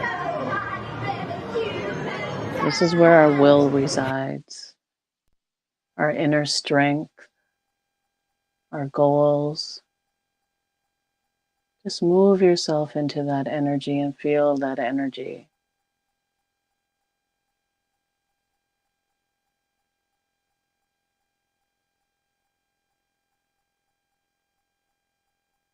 Remember, we're not doing anything. We're just being.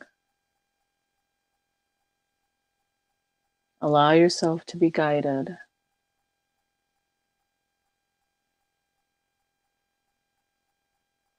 Now bring your awareness down to your sacral. The sacral is located between the hips, below the belly button, where our sexual organs are. I want you to imagine an orange lotus flower opening up. This is where our passion and creativity sits. Bring your awareness into the center of the lotus flower.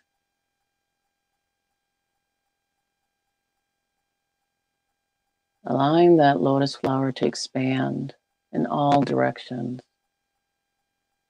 This is where our self-care and self-love, doing the things that bring us joy,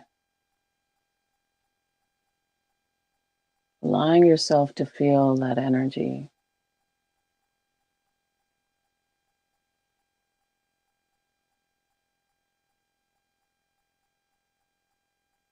Now bring your awareness down to your root chakra. This is at the base of your spine. Imagine a red lotus flower opening up. This is where our survival sits. Bring your awareness into the center of the lotus flower. As the lotus flower expands in all directions, feel the connection to Mother Earth. Feel the connection to knowing. Now, as we go in and ground ourselves to Mother Earth, I want you to feel yourself rooting into Mother Earth as I guide you down into the center. Just rooting yourself, letting yourself go, anchoring yourself into her energy. Bringing your energy down into both of your thighs, your knees, your lower legs, your ankles, your feet, your toes.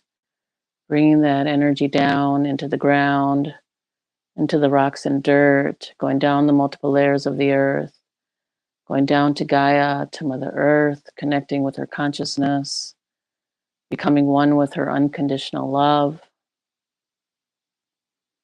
Feel yourself becoming one with her.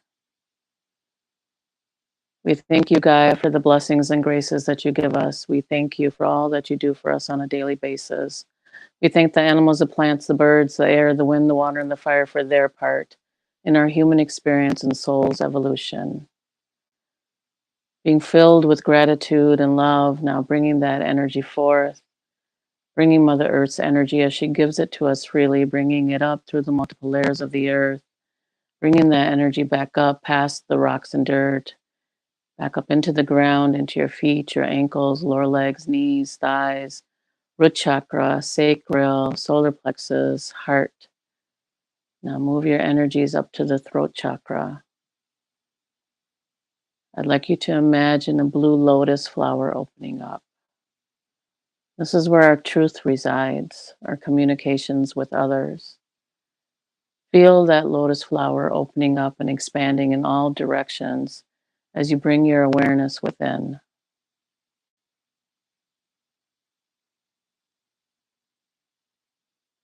Feeling the energies.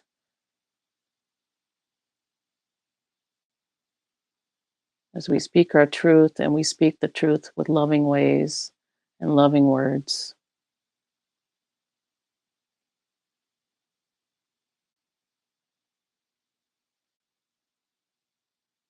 Now bring your awareness up to your third eye. This is between the brows.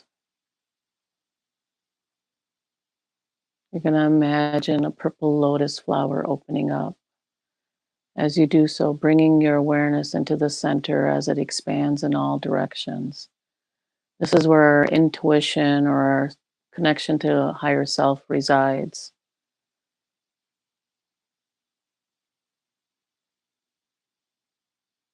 Feeling those energies of being guided, of the knowings, of the nudges, of the visions, of the hearing, the whispers in our ears of what we should be doing to continue to be on that path. What is for our highest and greatest good, and for those who are around us and surround us. allowing that energy to expand.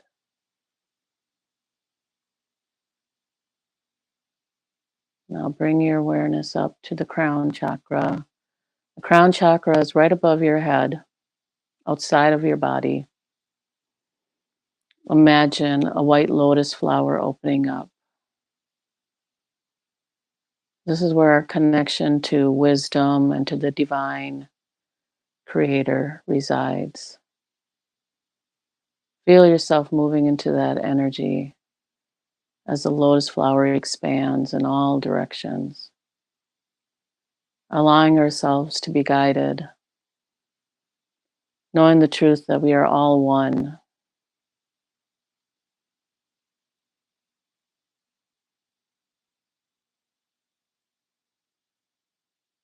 Now bring your awareness up to the sun. Allow yourself to feel the warmth of the sun on your face, the life force energy. Feeling the energy of the sun on your body into each and every single cell. Bathing in that healing energy.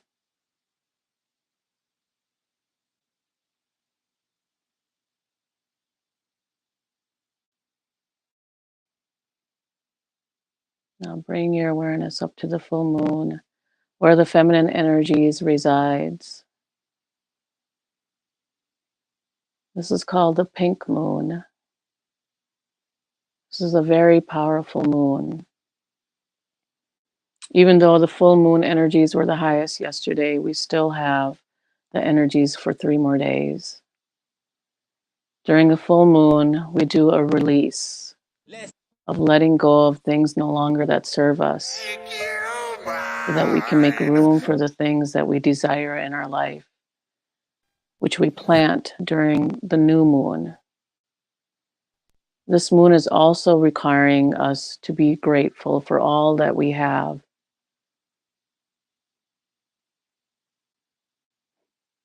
For all the things in our life that we are grateful for, so that more can come forward.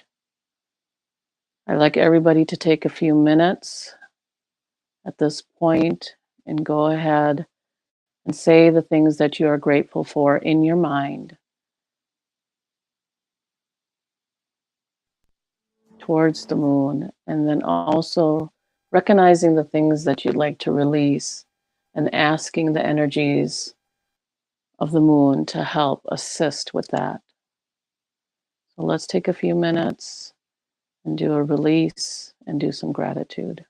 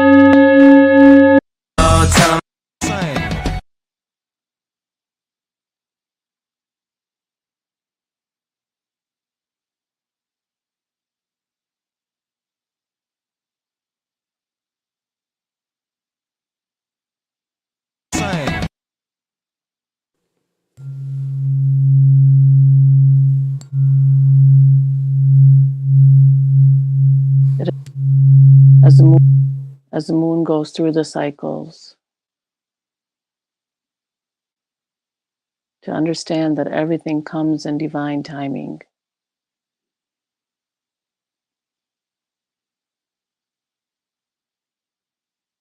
Now let's bring our energies up to the stars from where we come, as they watch over humanity and its evolution, as they watch over us as we sleep, as we are all made of the same stardust material. Bringing your consciousness now out into the galaxy, bringing that awareness. Feel yourself swimming through the galaxy with your arms open wide, gathering up all that infinite energy, bringing all that infinite energy back down through the stars, through the moon, through the sun, bringing that energy back in through the crown chakra, into each and every single cell, down into your third eye, your throat, your heart, your solar plexus, your sacral, your root, splitting the energies again between both thighs, knees, lower legs, ankles, feet, going into the ground through the rocks and dirt, going down the multiple layers of the earth, bringing that energy back into the Mother Earth, connecting with her consciousness, with her love, her unconditional love for us, bringing those energies down to her, giving those energies to her too, so she can replenish herself. We thank you, Gaia. Bringing our energy up one more time through the rocks and dirt, through the multiple layers of the earth, bringing that energy back up into the ground, back up into your feet, your ankles, lower legs, knees, thighs, root chakra, sacral, solar plexus, heart. Now moving deeper into the heart chakra. Going deeper into the heart chakra, the bridge to our spirit guides, to the angels, to the archangels, to the transcendent masters, those of the highest frequency and vibration, those for our highest and greatest good, to be with us now according to God's divine will and plan, and so it is. We ask that you light our path and show us our way. We ask that you make yourselves known to us in a way we can understand. We ask for your protection and guidance as we move forth, and so it is. Let's just take a couple minutes and do a silent meditation, and then I'll pull you out.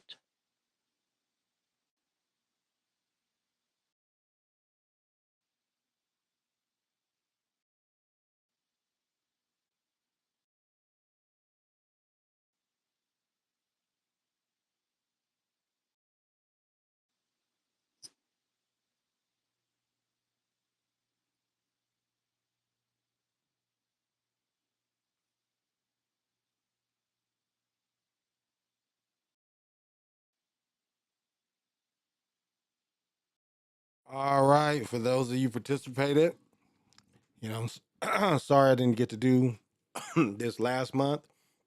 The One Divineness, if you do mind that I show these on full moon, please, it's easy to get at me.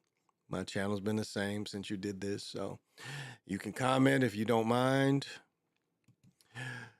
But this is the show. If you want to go back and work on a couple summers ago, you want to work on your meditating, she's very good. This is up. So, you know, I give freely. Want to talk about the baseball game. Tell you what, if they can't solve the problem of having bases stole on them, the Rangers are going to be in trouble. And they kind of got lucky that first game. They just was able to outscore them, but the Diamondbacks consistently can get on base and they can consistently steal, and they ain't throwing them out yet. So they're struggling. Rangers struggled tonight and got their ass kicked. So we'll see how it go. Well, I think the next game is Tuesday. I think the next game is Tuesday, and so you know, I give that freely. So it's interesting. They jumped on them early again. For that, it's been a while since I've done a guided meditation. Okay. I appreciate that you like that, and I don't think she has a channel. I kind of looked, but you can always try to see if she has a channel. I haven't found that she has one because I know one time, so maybe she's going by a different name. It's hard to say, but she's good, and Maybe I put her information, maybe be in the, in the bio there, because I don't, I haven't seen her in 2 years. We used to kind of kick it, but when you don't kick it,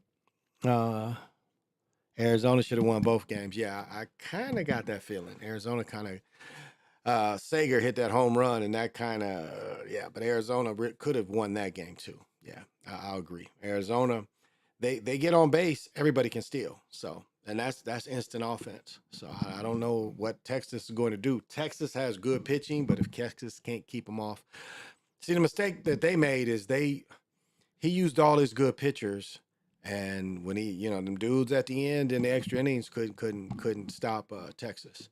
And that's what Sager's run. Sager's hit too. He kind of shot his wad with all his best pitchers early, and it backfired. Now tonight they had so much offense, and Texas couldn't do anything other than the one home run. I think it was the one home run he got. That was it.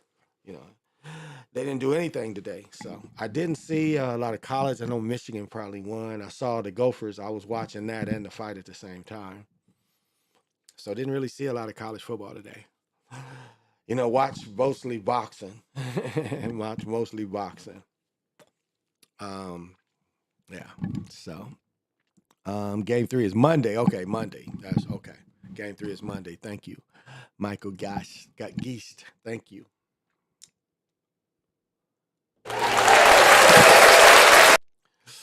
And you definitely got to have vision. And here on the Galactic Patio, we require everybody to. Would you like to dance with me? We're doing the cosmic slide. They'd be like, ooh, ah. Oklahoma got ups. Okay, I missed that one. I missed. I saw a little bit of Colorado's game. I should have did a video because Sanders again. They're gonna do whatever role they're told to do. Sanders, like one play where he got called for grounding and they hit the dude helmet and they took it back. Do y'all remember that?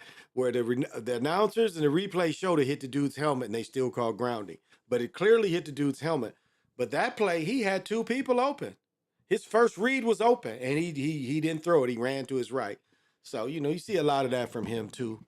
That's why he'll be perfect for the NFL. It's like watching Chris Paul the other night when Golden State lost. It's like, why? But what it is older dudes is better at scripting games and point shaving. That's what it has to be. The reason like LeBron playing so long, but Chris Paul, what team would really want Chris Paul? He is the lovable loser. He's guaranteed not to win. They're not going to win with Chris Paul. So I'm already going to call that. Golden State can't win. They got Chris Paul, and they ain't going to let Chris Paul get it. They ain't going to let him like the Gary Payton. They ain't going to do him to Gary Payton. So count Golden State out. They ain't going to win it this year. As long as Chris Paul play with them, they're not going to win it. And whoever get James Harden, has been upset Saturday. Oklahoma, North Carolina, and Oregon all got upset on the road. Oh, okay. Yeah, I didn't see, again, I watched mostly. I was at my brother-in-law's house all day, so I didn't see none of that. I forgot, we was like looking for the fight, and then the preliminary started coming on. And I was like, wait a minute. And then I saw the Gophers was playing. So Notre Dame, I saw Notre Dame didn't lose. They played Pittsburgh, and they won. So I wonder if Michigan won. Because they didn't show Michigan in my area down here.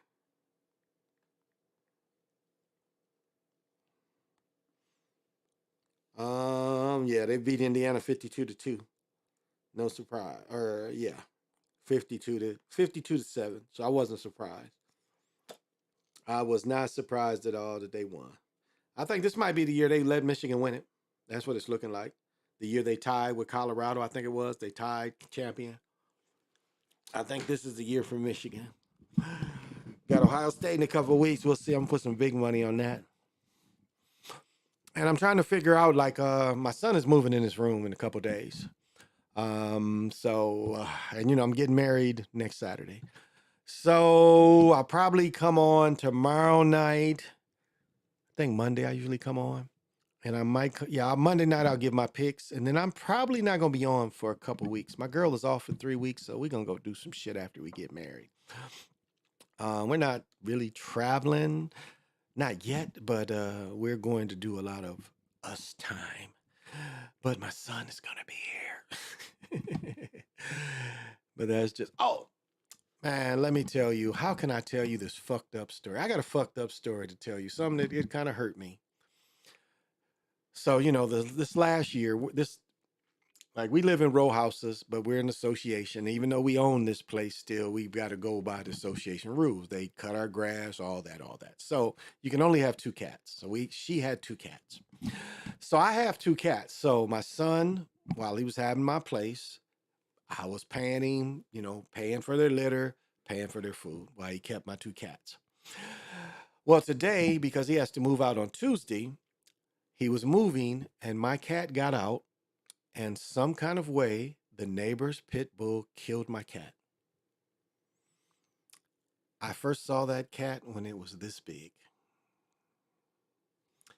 And I've had that cat for 6 years. Lived with me for 5. This last year, lived with my son. Now, I admit the future for it, my daughter's mother was going to take them and then possibly take them to a place up north. Now, the cat that's left, my oldest cat that's 10 years old, my daughter's going to take it. And her mother, they're going to take, because he's 10 years old. He's in great health, and he needs that place because he'll lose weight because he's too fat the way he is now. So it was kind of sad. And my son called me, and he's like, he ain't really know what to do. He felt bad because, that is my cat. I had the carriers. I was going to get the carriers. I was going to pick them up today. And that's the other messed up thing about it is I was going to go get them today and take them over to her house. So, yeah, that's what happened to me today. So that was kind of bogus. That's just me venting, poor cat that she had to suffer like that. And I know, her year with my son, and that apartment wasn't the greatest. Wasn't like her being with me. And so, that hurts. I love that cat. She gave me a lot of love. She didn't like other cats, and she definitely didn't like dogs. So, but, rest well for sure. But that's what happened to me today. So after I get done, I'm gonna give a little thing for her for sure. Yeah. So yeah, next Saturday we're getting married on Saturday. My brother-in-law said he got his tux, so my tux is probably in. So I'll probably go get my tux and get the three other tuxes because we're dressing here. So it's gonna be some bedlam. I got to go pick up my one son because he ain't really, none of them got transportation, so I've got to be taking them to the wedding and probably bringing them back, or I don't know. We'll make arrangements. So that is going to be interesting. So all of them can be involved. And so my girl is wonderful.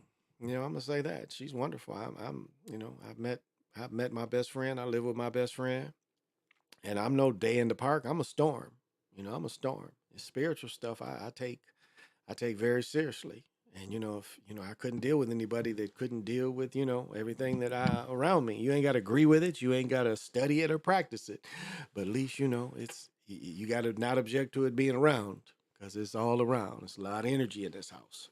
I mean, this whole area is a holy area where these Lakotas live. Especially this area is a very well. Even like I said, with this pink granite, I mean, it's a lot of energy out of it, and I've been able to tap into it. So this is a beautiful time in my life, even at 62, still a beautiful time in my life. I'm going on living down here for 17 years right now, going on 18. The year past, it'll be going on to year 18. So I love it here. I can deal with the cold, beautiful summers, beautiful falls. I mean, the fall really is just now ending now. It snowed a little bit today. It didn't really stick, but it was snowing, So, but that's okay.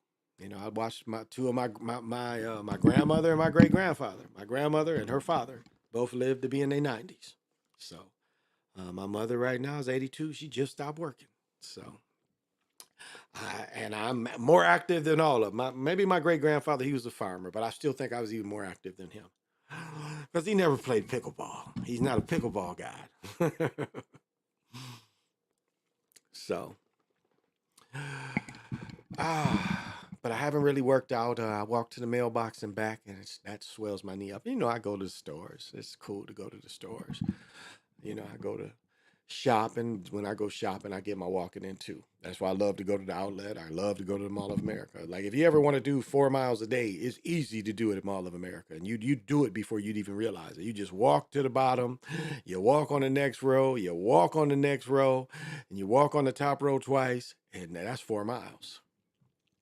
Because almost every time around is a little over a mile. And you knock that out really quick. You know, you really do. You knock it out really quick. And there's other ways you can go, you know, so that's good walking. I don't live far from that. So, but you know, I walk, my knee swells up. So kind of taking it cool until I go see my doctor and they tell me what's wrong with my knee. And then once I know, I'll start playing inside after therapy. But like right now, it's 29 degrees up here. It's cold in the motherfucker all day. You know, but it's colder than shit all day. You know, we got jeans on or sweats and coats. I mean, it's that type of cold. So, and we were hoping for the trees and the leaves to still be up, but we just had a storm and a lot of leaves are gone. So, and there was some, like, we got oranges up here, like they're so 3D. I don't think I've ever experienced the beautiful orange we've had this fall. It's really pretty oranges. So yeah.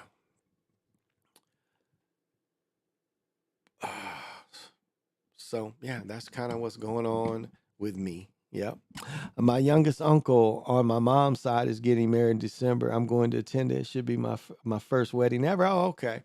My first wedding, I was 4 or 5. There's a picture, and you know, I forgot about the picture, but there's a pictures with everybody. Like they took a picture of everybody that even went to the wedding, and in front of the church. So everybody came out and they took a group picture of everybody that had went to the wedding. They got married in the church.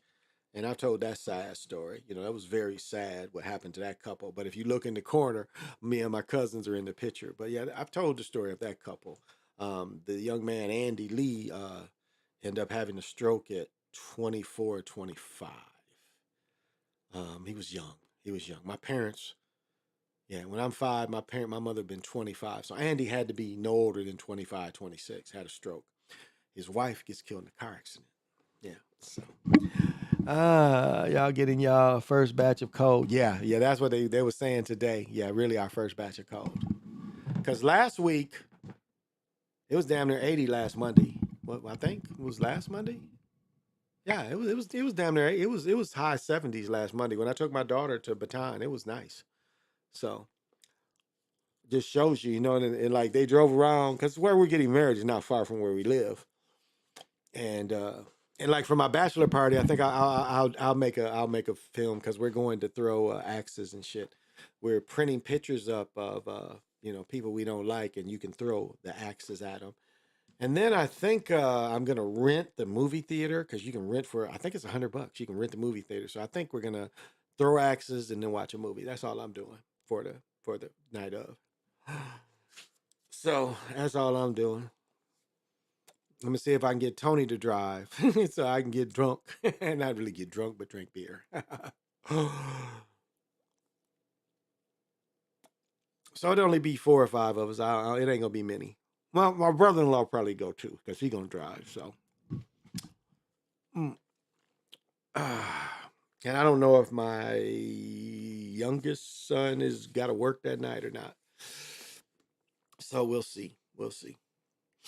But somebody comment, yeah, the Blackhawks, this is by far the best jersey. This is the best mascot, if that's what you want to call it, by far. You know, this is the best mascot. Now I like this year because I think this is 16, 17, where, you know, because my other jersey, the Tomahawks are on the shoulders. But I like these because they're on the arms. And so I got to get the red one to this. Because I don't think he played. He doesn't. This is Towns. He doesn't play. But, you know, my football number was 19. So I like the 19 on the jersey. I mean, this is a sweater. This stuff is so well made. This is all sewed in stuff. I mean, this stuff is so well made. So it's the kind of stuff I dig, because this stuff is well made. And I love, you know, it reminds people of what was really in Chicago. You know, they try to, look at the plains people, but it's all up and down the East Coast, down to Florida, it's folks too. So, and this symbolizes that, especially in that area, and it's the one city that they tell you that a brother founded it. Melanated person was the first start trading there.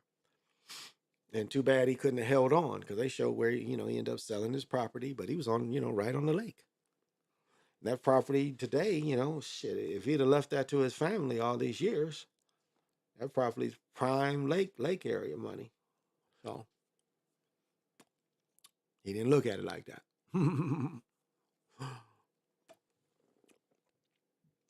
But it's funny, the energy in Chicago. I tell the joke that if you get behind a car in Chicago, you can get high because every other car smell like weed, and it's legal there too. So, and now, they're rushing to try to get the machines you blow in. Yeah, they just smoke marijuana. It's just a joke to, give them some excuse to get that money back. That's the biggest reason is they just steal because they can't arrest you. So now they really can't arrest you for having the weed. So now they want to write you tickets. So they want to find a way to get the money back from arresting people for marijuana. So that's how they do it is they try to change the law so they can still arrest people some kind of way related to it. Because that's their habit. And it's hard for law enforcement to break habits. So that's why they're scrambling to find a machine to see if you smoke weed or not so they can continue to arrest you for marijuana. Do you understand that? That's the type of they want to change the rules. Do you understand? They want to change the rules. So they still want to arrest you for weed. They want to find a way to arrest niggas. Let's put it to what it is. That is what they're trying to do. They want to find a new way to keep arresting niggas for weed. Because it's hard for law enforcement to accept that they can't arrest you for weed anymore. In this state, you can have up to 2 pounds. So if I'm riding down the street and you catch me with 2 pounds, ain't nothing you can do but you can't take my 2 pounds. You can take my car or everything, whatever, but you can't take my weed. You'd have to give me my weed back and whatever, if it was something with the car, take the car. But you can't confiscate my weed. And that's the dirtiness, that's Jim Crow all over again. That's kind of how Jim Crow worked. People come to free, so we start changing the laws, criminalizing your freedom. I need to get married. I've been with my lady for almost 9 years now, the best 9 years of my life. She's always watching these live streams. Well, it's like my son. My son is like kind of met with his childhood sweetheart, and they just bought a house together. And so, there's nothing replace love. It sounds like you're in love. So I'm glad, joy to you both that you're in love. I've been married. This will be my 4th time. I married one woman twice. My first wife, I married her twice. And then my boy's mother, I married her. So this will be my 4th time, actually 3rd woman, but 4th time. And so for me, it works. Last couple women, like my daughter's mother, I was engaged to her at one time. Both my daughter's mothers. And it just, for some reason, didn't work out. And for me, I found like my best friend and, biggest supporter. And that's what you need. And I'm her biggest supporter. And that's what she needed. So since we met, we haven't really been apart since we met. So, and this is going to ensure that we're still young enough where we could spend 20 years together, no problem. She's 51, 52, I'm 62. I would still only be what the age my mother is now. My mother ain't really slowed down, not like my father. My father's having them, memory issues, but now my mother's family don't seem to be people that is affected by that brain stuff. And, I appear to be more like her than my father, so. But I don't take high blood pressure medicine or any of that. I did eat badly for a long time, so I have to work out enough, and I cut out almost all sugar. I don't drink hard liquor that even has more sugar in it. So I don't mess with that. But I don't, I eat more consciously, I eat a lot more consciously. That's all. And like I say, right now, I'm going on, I think 6 weeks of not working out just because, again, I need to heal, I went so hard this summer, and definitely next summer I'm gonna document it. I'll show I'm going really harder, and really it's going to start. Once I find out the condition of my knee for sure, and so then I'll because I think for my age I can be one of the best pickleball players in the nation for my age. I mean, I know what it takes to be good at a high level at my age. I could compete with anybody my age, I'm pretty sure. And if I had a good partner, if I had a really good partner, I could compete with anybody. And it's important to have a good partner. And I could really compete with anybody my age. I've learned the drills. That's why I could, next year I'll probably charge people and train people because I know the training for this stuff. I picked it up. It was one dude offered, like, he said, train $300. I'm like, fuck, I could buy the paddle I want for $300 instead of your training. Because I figured out how to get quick hands. And I listen to people, on how to do little hints and shit. So but once we get, I believe in love, and I believe in marriage. And so I have no problem. We're going to have a great time. We're going to have a big celebration. I mean, it's like it's like my uncle's not, like my sons, two of my sons aren't coming. My daughter's not coming. My uncle's not coming from Georgia. And it's like, it's kind of cool because right now we're like 80 people and we got to feed 80 people. And it's like $40 a plate, $45 a plate for 80 people. So you add that shit up. That shit ain't cheap. And it cost us $2,800 to get the place. Now, the cool thing is we went, a lot of the decorations came from Facebook Marketplace. And, I would say for anybody, if you want to do it big, but you want to save money, get all that marriage decoration shit off Facebook Marketplace. You can make the shit look really good. Every table look good. People seem to just kind of sell this stuff. So I'll give anybody listening that advice. If you want to have it somewhat formal. Must be 2:15. Yeah, it is. That's my perceived bedtime, but I usually stay up much later than that.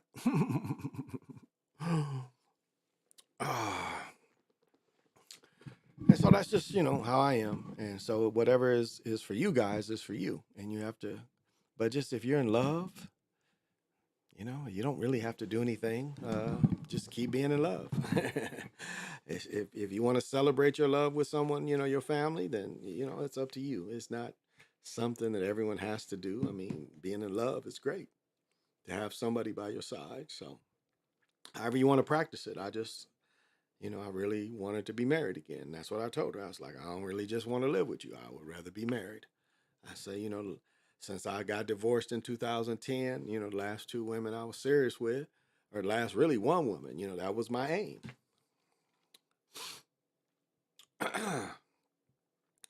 And it didn't work out. She didn't, well, it was my daughter's mother, whatever the people think matters to her a lot. And she was misled by some people that were jealous of her. And at the time, I tried to tell her and explain it to her. And really, you can't be with a woman that won't support you and take your side, but instead takes her friend's side.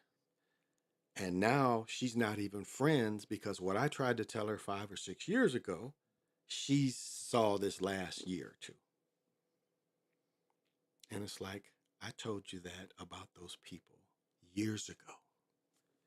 And you didn't believe me. You believe them. You didn't realize they was hating on you. Hating on us. She didn't realize she got manipulated. But it worked out the way it's supposed to be. She's still my friend. And I talk to and see my daughter every day. So we have a pretty good relationship. Yeah. And so, tomorrow I look to really do well again. Far as the games, I did well last week. I think I ended up the week before 10-3. I think I was 5-7 last week. Overall, I'm winning. So, And I was looking at the bets, so I think we got to get up and put all the bets in tomorrow. The prop bets is a motherfucker, ain't they? Oh, it's like the buddy on the fight. So it was like, what did they say? Him knocking him out? No. The European fight was the one to get on. The second fight, the co-main event was the one that the money came on. That dude knocked him out. I kind of looked at that one. Paid pretty nice. I think $300-400 if you'd have bet on dude to knock him out for the British Championship. Because that's what a continental means. You know, continental means a certain level, but it was the British Championship that we saw. So, and I really, I don't know if y'all want to. There's not a whole bunch of debauchery in the world. I'm not going to talk about the drug addict that just died. It's some people they can't give money to.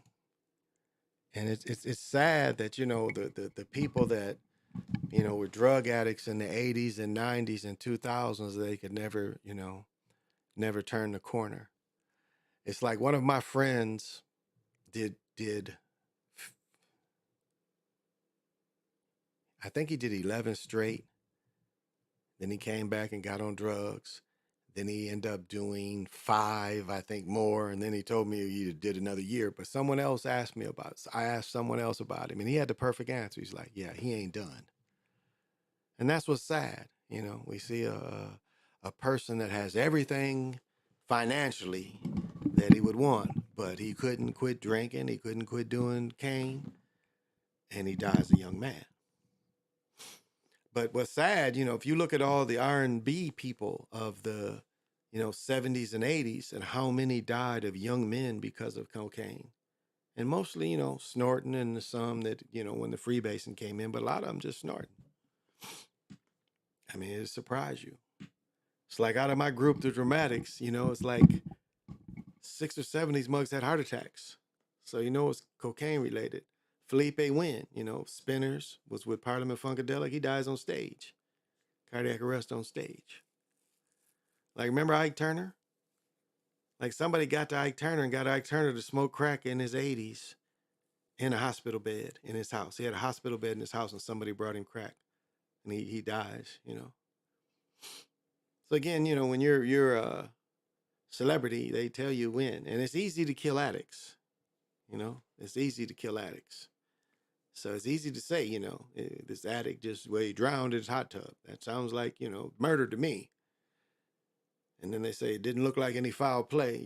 How many motherfuckers is dying in their hot tubs every day? Now, I've said before, I watched a dude in the old-fashioned hot tubs on his knee. I saw a dude, I saved the dude's life. The old-fashioned hot tubs, you'd be in your knees and it'd be up to your shoulders. You had to be on your knees, with your body out. This nigga kept, because once that water's hot and it's moving around, that shit's relaxing. This nigga's doing like this and his face fell in there. And I wouldn't have grabbed him, he would have drowned. So it's possible, but it's easy to kill addicts. That's why, you look at how they say, the way they killed Marilyn Monroe. All the pills, she's already known to take all the pills. So it's easy to, to put that out there. When, they knock these people off. That's why fame is hell. It adds up. You just can't die. It adds up. He died today because it adds up. Now, what kind of sacrifice? I can't really say. Probably tied into sports. I'm not sure if there's any awards going on right now because it's, the death is tied into a little bit of that, but it's also tied into sports this time of year. Now, there may be some awards coming up, but it's a ritual. This guy died for a ritual. Now, which ritual? I'm sorry, I can't tell you, but he did die in ritual.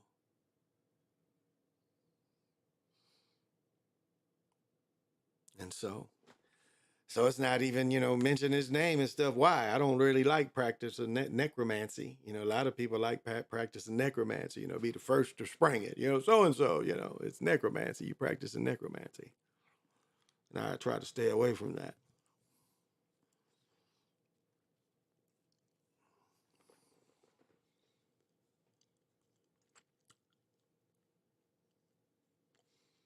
So I don't, really celebrate too many folks.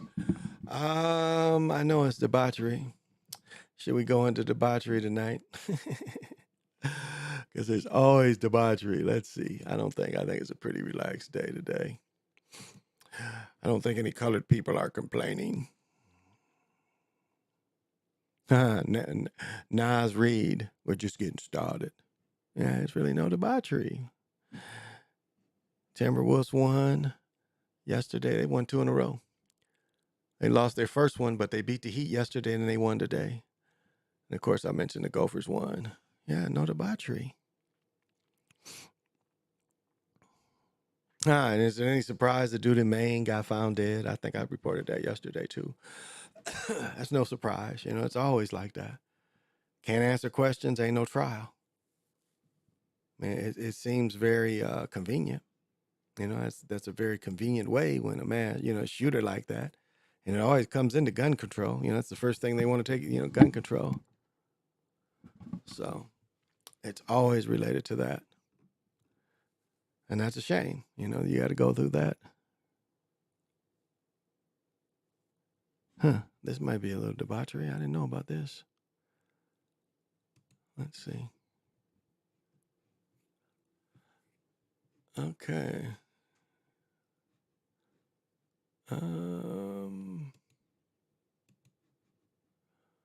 We're learning more tonight about this road rage incident. Yeah, let's learn about the road rage. This is a little bit of debauchery. I don't know anything about this, so this is debauchery. So here we go. Give me a minute to stand up and stretch my legs. Debauchery on Sunday morning.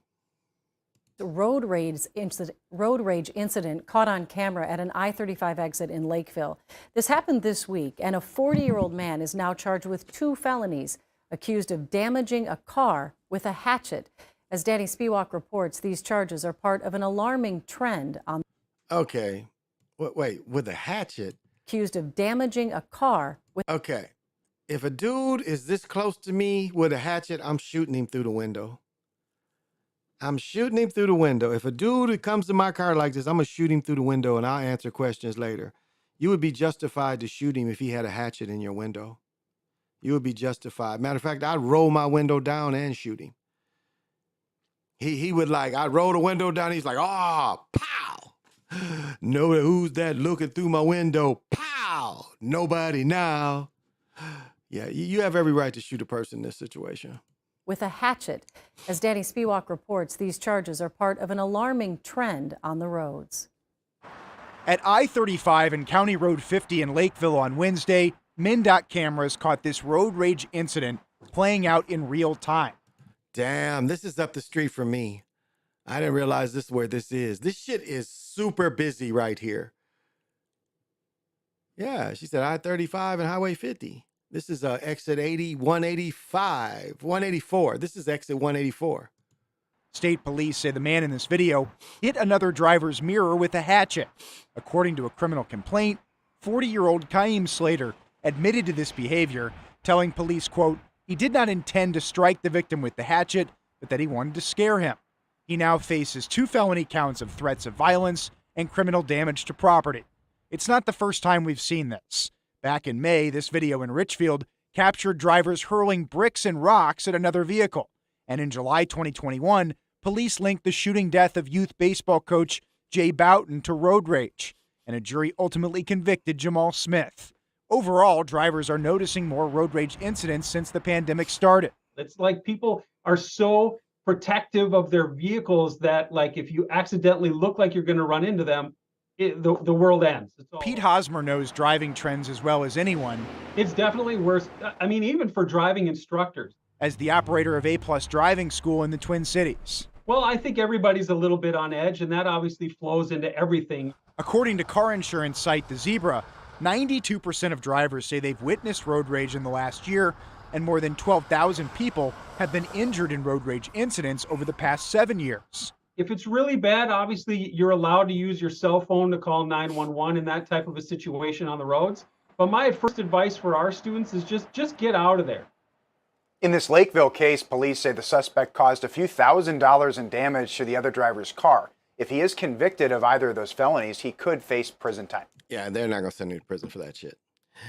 They're not. Depending on, his background, more than likely they're not. He's going to plead to something less. Not going to do it again. He's going to plead out, not going to do it again. Okay, what does this nigga do? Before Course Hero, I spent. What did he do? What is this? I wonder why. Okay, damn, that's an ugly nigga there. Okay, let's go. Let's find out who he is and what did he do. This is debauchery time. This is debauchery time. Let's see what he did. Tonight, a man is accused of trying to kill a park police officer at a popular lake. Prosecutors today charge Muhyiddin Abdirahman with attempted murder. Investigators say that Minneapolis Park Police Officer Carl Zabinski spotted an empty car near the Lake Harriet boat launch earlier this week. As he checked it out, Abdirahman confronted him and fired several shots, hitting the squad car. Officer Zabinski fired back. Police say it's a miracle neither man was killed. Abdirahman could face several years in prison if convicted. Well, Abdirahman, that's your ass. That's Abdirahman's ass, y'all. That's his ass. Where'd the ugly dude go? It was an ugly dude I was just looking for. I wanted to see what the fuck that ugly dude, man.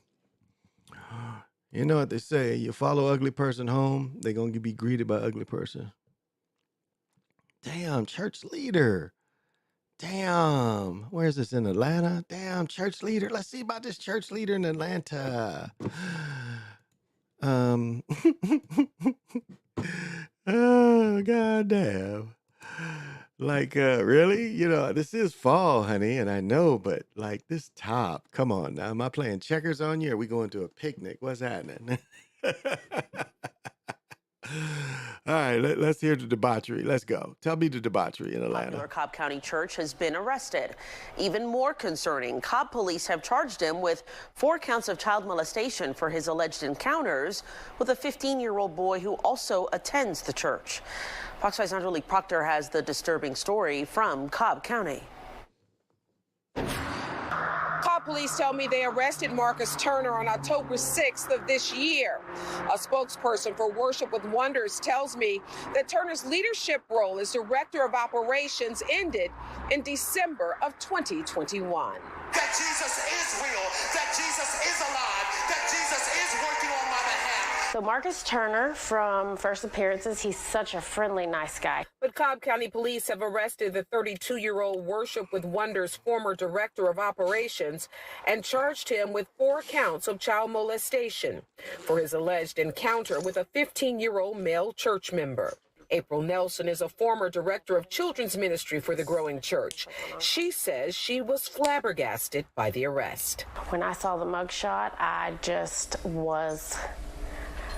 didn't even have words. It was almost unbelievable because he is the face of Worship with Wonders. To find out not only were these children, but little boys. Ms. Nelson says she and her husband left the church because they didn't agree with what she claims was an anti-LGBTQ message that she says Turner and the pastors espoused. Church leaders Miles and Delana Rutherford released a letter to Fox 5 and the congregation saying they went to police with information about Turner and the alleged victims, who they say are both church members. In their statement, the Rutherfords say they would never tolerate or condone any sexual immoral actions in their church. Ms. Nelson, who is a mother of 4, says her attention now has turned to other teens or children who may have encountered suspect Turner. My concern is that there are more victims. There are more victims. My concern is that there are more predators, because the church is trying to silence this. They're trying to minimize his role in leadership. They're trying to say he had no assignments of responsibility for these children, and I gave him assignments of responsibility as the children's ministry director. Worship with Wonders leaders disagree with Ms. Nelson. They say they took immediate action. They don't think they have any more victims in their church, and they are cooperating with Cobb police. Damn, weirdo. We got a weirdly weirdo. They against LGBT in public, but they're with it in silence. Damn, where's this at? St. Louis. It's debauchery. Damn, if I look for it.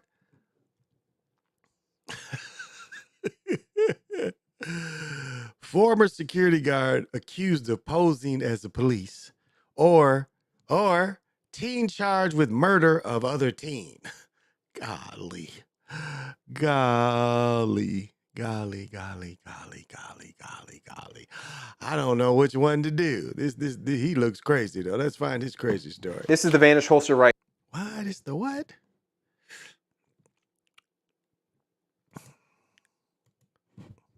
So this is St. Louis. This is STL.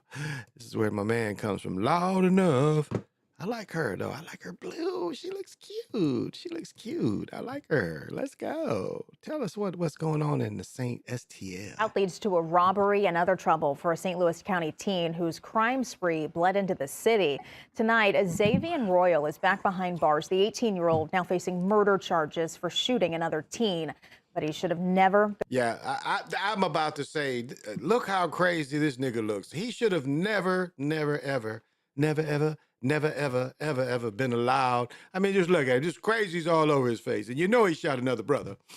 But he's got crazy written all over his face. I like her, though. I like you. You look good in St. Louis. Let's go. Been back on the streets. Dan Broxton follows his alleged crime spree after breaking out of a juvenile facility. Oh, he broke out like Nadia Jesse Smith James. is mourning the death of her son, Iovera Hill, known by most as Rocky. I guess it was supposed to be a robbery or something. Wait a minute. How do you spell Iovera? I want to see that. Where is the spelling of that? The death of, come on, let's go. I guess it was of her son. Supposed to be a robbery or something. Wait, they said the name in here somewhere. Where is it? Back on the streets. Back on the streets. Dion Braxton. No, Dan Bracasatan. Okay, that Bracas. Wow, Branacostin.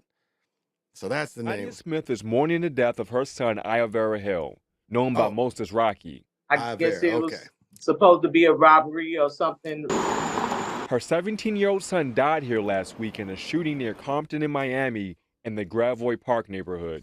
My son went to an Airbnb party. St. Louis City police say these two guys, 19-year-old Teron Mitchell on the left and 18-year-old Xavier Royal, are responsible. Investigators say they now face murder charges in Hale's death. The kids ran out, kids bleeding to death. George Thompson lives a few doors down. Thompson told First Alert 4 he saw that after. I thought Don Knotts was dead. Damn, they done went and found. I didn't know Don Knotts was still in St. Louis. Damn.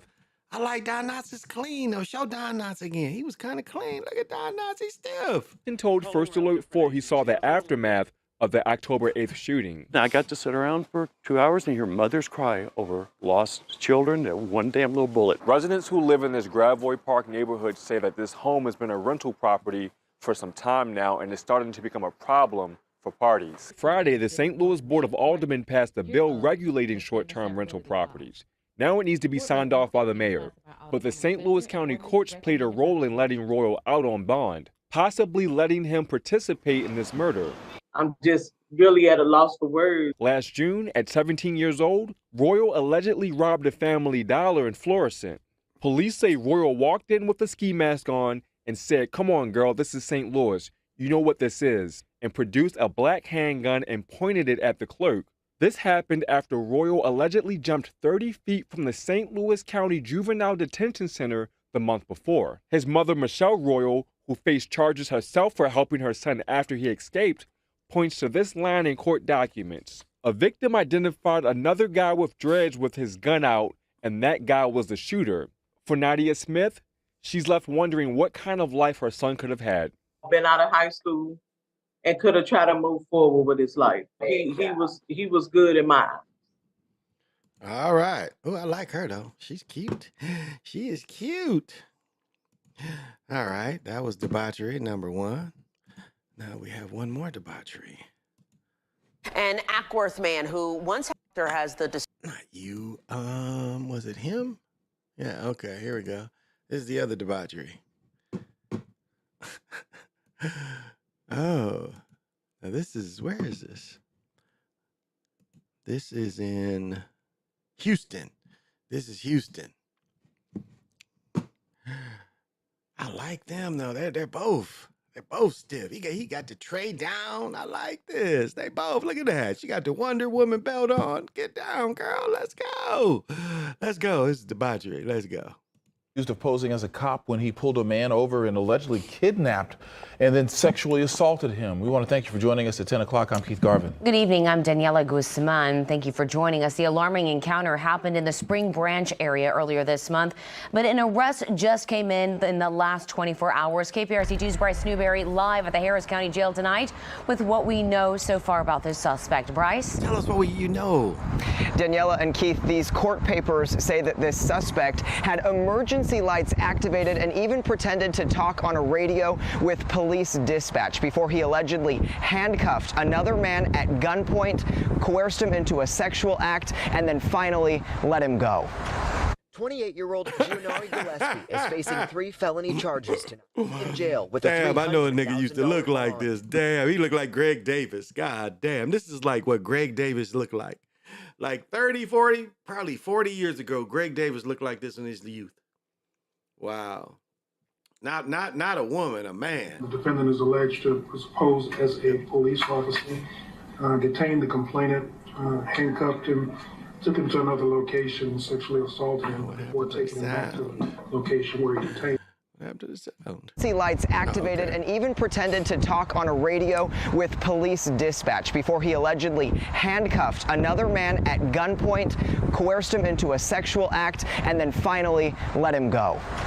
28-year-old Gianari Gillespie is facing 3 felony charges tonight in jail with a $300,000 bond. Already, Gillespie is facing 3 felonies. Detained the complainant. Charged tonight in jail, a $300,000 bond. Defendant is alleged. Houston police say it happened earlier this month as the victim, a man in his 20s, left this market off Westview Drive in the Spring Branch area. Gillespie allegedly pulled up in an unmarked vehicle and told the victim he fit the description of. They suck. They lost audio. So, just debauchery, y'all. Damn, she's got debauchery too. It's just like, man, you just look around the country and An Ackworth man who once it is always debauchery. Wow. Shoplifting suspect allegedly attacks officer in Miami. It's kind of funny.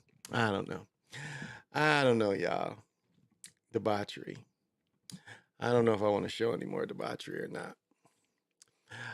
I guess I'll just spend this time hoping that you can get in touch with these moon energies. It's a great time to manifest. During the moon, it is a feminine type of energy that comes in. So the energy comes in really soft and inviting. And so those of you, that can feel it, let it come in, let it wash you away and help you manifest for the next little short period, That's really all it is. It's like manifesting for a little short period. It's like I talked about before, like really, the way everything is, and this is my prime example to tell you how magic works. It's like when I go back into wars, it's funny. There is like when you go back in time and you go into a war, there are paths that you can follow that you'll live. I mean, this is a real thing. I mean, you can see the path of people that survive. I mean, it's a drawn out path almost. You go back to these kind of I don't know what you want to call it. I don't even know if it's really called going back in time. But you go into these battles, there are clear paths of people to get killed. That's why, when they had the movies and people keep going, back it, they keep trying something and they keep getting the same outcome because they keep taking the same path. But there are general paths that people survive and that you can tap into this. And I say that, you just don't use it when you go back in time. You can use it all the time.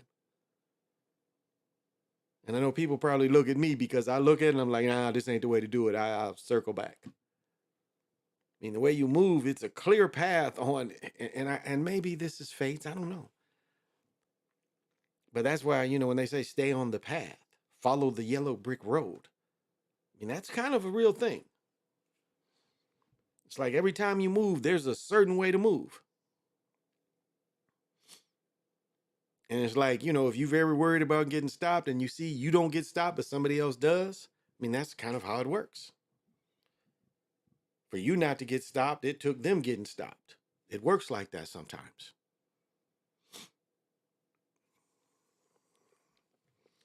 And so, as I've said before, retrace your steps as often as you can. When you go somewhere, just retrace your steps. That's just kind of the way the path is put out there. I know people, don't, like when we go through these thresholds and doors. I mean, there's ways like it's like attachments, like attachments ain't always just a big monkey on your back. Attachments can be very little small things on you.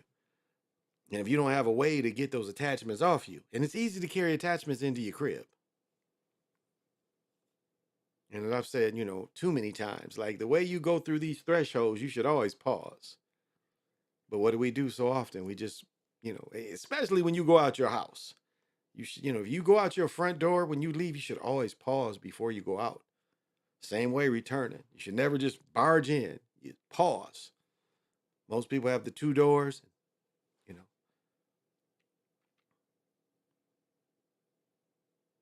That way, the monkey will come off your back because you've taken the time to clear yourself.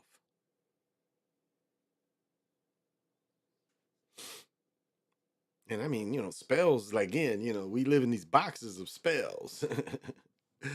And so this life is counter spells. I mean, that's all. That's easy magic. That don't take a lot. And that's, again, that's not free will. It's like, I mean, really think about, free will and these paths during war. And I think, I wonder at times, do other people see this? Because you'll watch soldiers run and you see the soldier that survives. So it makes me think that even sometimes they see it.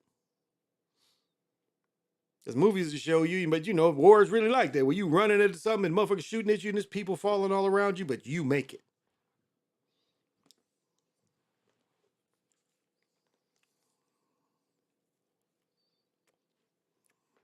And that goes into, the motherfuckers that fly planes and shit. It don't mean just because she's on the ground. A lot of motherfuckers that flew planes in World War II and that didn't get shot down. Memphis Bells is a great movie.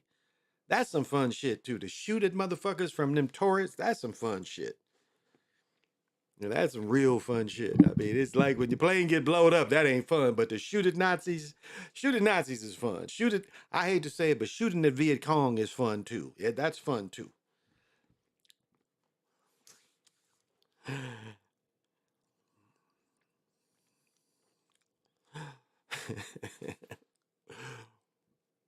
But yeah, being in that little turret.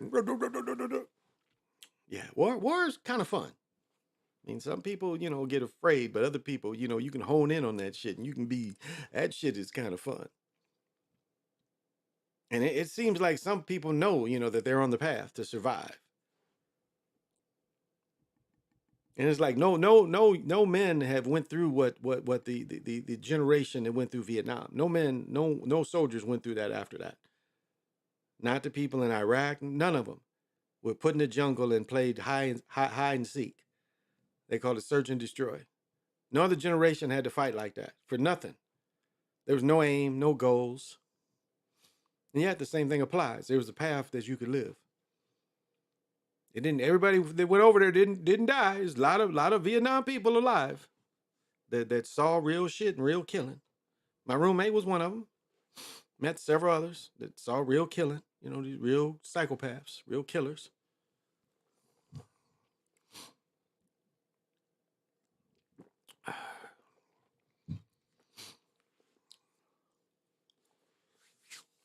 And so that it goes into, what free will is there. That a man survives because he's a couple feet he's a couple feet, you see? Where was the person that was a few feet over on the path that you would get killed every time? Where was his free will? Because if you keep replaying, he's on the same path. You know, and that, it's like with the Superman or Supergirl, the Supergirl movie and Flash. You know, the same path every time. That's that he couldn't understand it.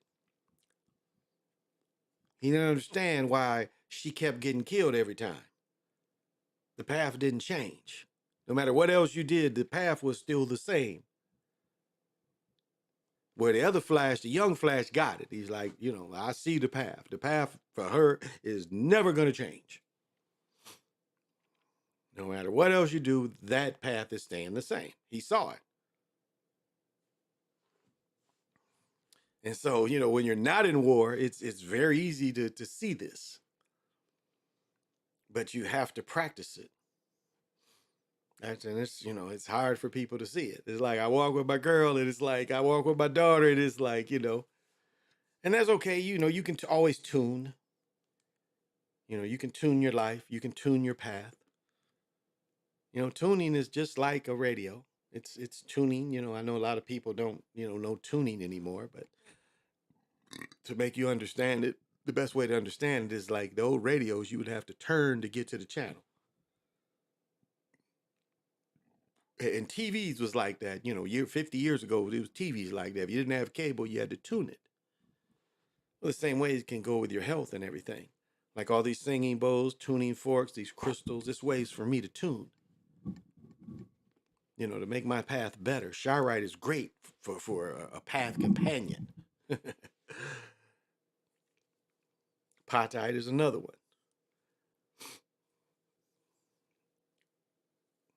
And so, you know, you set, and that's what meditation is. You know, those of you that don't get that deep sleep, meditation is a way of trying to get deep into yourself, to tune yourself or heal yourself. And that's what tuning is healing yourself. And we almost, you know, all, you know, need some kind of healing almost daily. I mean, even the shower, you know, the hot water, you know, the smells. Lavender, menthol, peppermint, you should smell them every day.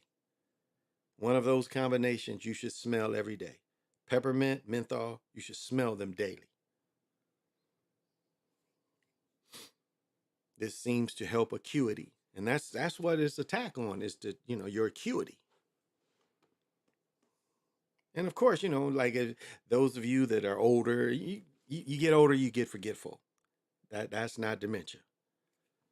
You know, even me, you hear me, you know, that's not it. No, it's more than that. Because my father was probably younger than me, was like, he got to drinking downtown, couldn't remember how to get home. They had to, you know, come get him, get his car the next day.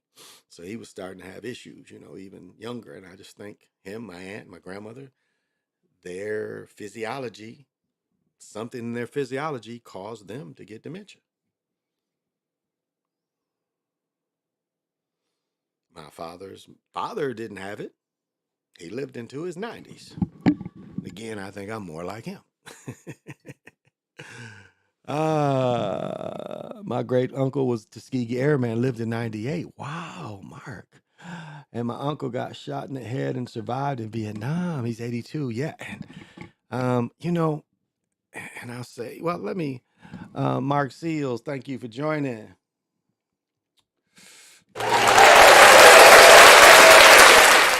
And this late night, you definitely got to have. Got to have vision. And on the Cosmic Patio, we definitely do the. Would you like to dance with me? We're doing the cosmic. Yeah, like, you know, I'm 62. And like, I remember when like my my grandparents' age was basically World War II people. Both my mother's father and my mother's stepfather. My mother was raised by her stepfather, but both her real father and her stepfather were both World War II veterans. You know, my grandfather was sank. He was sunk. His ship got sunk twice, and he couldn't swim. And the same racist dude saved. That's how he described it. It's like his cracker was racist, but he saved him twice. But my point is, I remember when they were in their 50s. Like, again, Vietnam people is mostly only 10 years or less older than me. Like, dudes who went over there 18, 19 is like 10 years older than me. Now, I said before, my roommate, he was 35 when he was my roommate. We was working for the water department, so I think we were 10 years apart. And now almost all the World War II vets are dead. We just lost a veteran. We have a family friend, my mother's friend. Her father, like the day I met my soon-to-be wife, I met her father, and her father was 101, 102. He was in World War II, but he was over 100 years old. So most World War II people is that age. Right now, what did you say in Vietnam? 82? Yeah, my mom's age. Yeah, Vietnam people are my mom's age. My old roommate would be 72. If he's still alive, he would be 72. And so, my first cousin, my uncle and my first cousin were both in Vietnam. My first cousin towards the end of the war, but my uncle, it was like, he was in the Navy, but he still had to fight on the land. I think he was up by Da Nang and he was in the Navy, but they was on the ground. Both my cousins, it was funny, they were both in the Navy and both of them fought on Vietnam grounds. So, yeah, definitely vision. It's Willie Dynamite. And so, it's sad watching, like I watched my great grandparents. I watched all that generation. I mean, I really did. I noticed it, I've noticed it that when that generation all went. And then I noticed, my grandmother's generation all went, cousins, aunts, and, and now, I'm looking at my mother's generation. And already, it's been people in my generation that, passed young, and but passed. So that's how life is. I couldn't even imagine if I lived to be 100. And I saw a picture of me, reality, where I was 100. And, it seems like it's a curse. I looked at me and I was like, that wasn't fun. It's like I looked at me and then I was me. And I'm like, yeah, this is, but, a moment with a family member, like, oh, because it's like I'm sitting in a chair and I'm like 100 and some years old. I'm old and I'm looking at me in my hands. And then one of the relatives just comes up and holds my hand. It's like, oh, like one of my whatever. And, I'm old. My children, like my daughter I didn't raise, she has children. But my children, my other children, my oldest is 34. None of them have children yet. So, I don't know how, I'm going to be older grandparent for sure, to how long I'll be able to enjoy my grandchildren because of my age, and I'm, my oldest son here, I was 30 in my 31, 32 when he was born. So, he's 28. Yeah, I think he said he was 28. So, if they have children in the next few years, I'm 60. My grandmother was in her 40s, was a grandmother. And then my father's mother was shit. She was a grandmother, because my grandmother thought, what did she think? She thought she lived her life 2 years, thinking she was 2 years younger than what she actually was. So she thought she had her first children at 15 and she was actually 17. And isn't that crazy? You find out that you're actually 2 years older than you lived your whole life.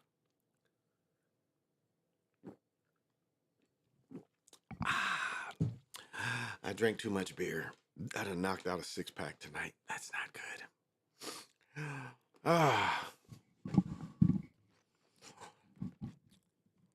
But that's life.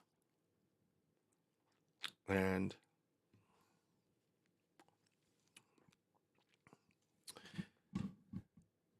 as we each live, we just go day by day. That's all you can do. And that's why magic helps.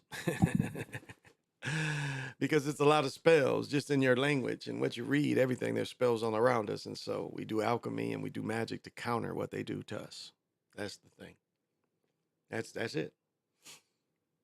Because everything they do there's a counter spell for everything they do. Driving, all of this has, and that kind of shows, an artificial point of it. Because there's a consciousness that feeds off driving. There's a consciousness, flying, traveling. There's a consciousness that feeds off all of that, because we feel we always need to travel. So there's a consciousness that eats that. And we feed it. And so that shows that there's something out there that's not necessarily positive. Like driving it's not really positive, not really. When you look at it and the possibilities, but yet we do it constantly with no thought and no fear. We shouldn't be fearful. And that's interesting. You know, driving it tries to hit you with fear all the time. Driving is one of the most fear things we do. Well, you know, it was an accident around the corner, you know. Yeah, you don't even need to think about that. What's the odds of you? You know, like we was watching, they say people get so mad. Any car can get fixed. You know, any car can get fixed. So it ain't that big a deal. You can always get another one.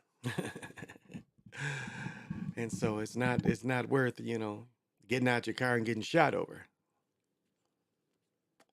I mean, that guy's getting charged. It's better to get charged with crimes than getting killed. Because you can say, you know, he had a hatchet in his hand. He was a few feet from me. I shot him. I think, you know, most stand your ground states that is, you know, that is allowed. So, well, it is getting late, and I do got a couple things to do in the morning. So I think I'm going to cut it. I think I'm going to cut it here, y'all.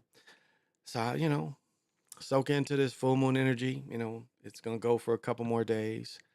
So, when, you know, whatever you manifest, try to get your manifesting station. Oh, there's my main man from Japan. There's PJ Allen. And I know he always... My bitches. You saying you can't control your bitches? And he definitely's got to have vision. And when he's on the galactic patio, he definitely wants to do that.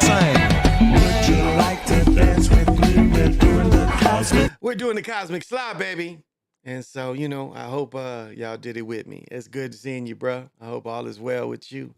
I know they showed talking about settling with Stellantis over the walkouts.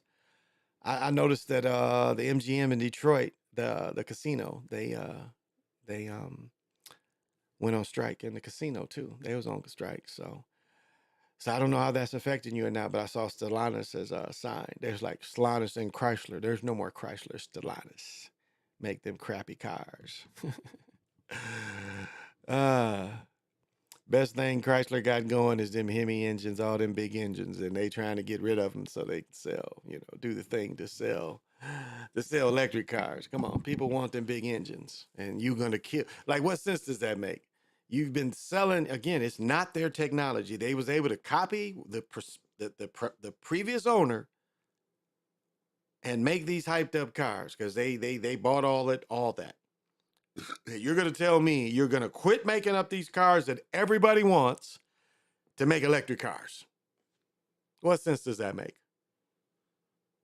Makes no sense at all. And a normal place doesn't do that. They don't do that. They don't say, well, you know, people keep buying them, so we should keep making them. But I guess they're going to make another two-door Charger again that's going to be electric and gas. So that'll probably, and that's going to be two-door. You can get a two-door. At least that's what the body they showed. The body they showed of the new Charger is going to be two-door electric and gas. So, because, you know, this is the problem they're never going to get rid of. So all these gas cars aren't going anywhere. And there's going to be people that always can only afford gas cars. So how soon do you think electric cars are really going to take over? When a gas car from the 1930s, you can still make it work. Some of the 80s cars, and not a lot of 80s and 90s cars you can still make work. You can see where cars wasn't shit.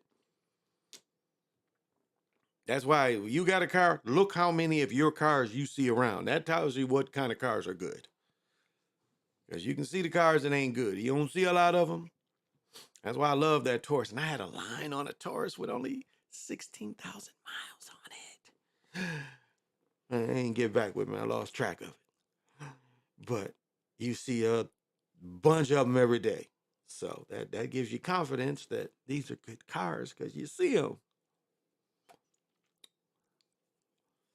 And the cars you don't see every day, you know their abilities. So that's kind of how you got to judge it sometimes. What do I see that everybody driving?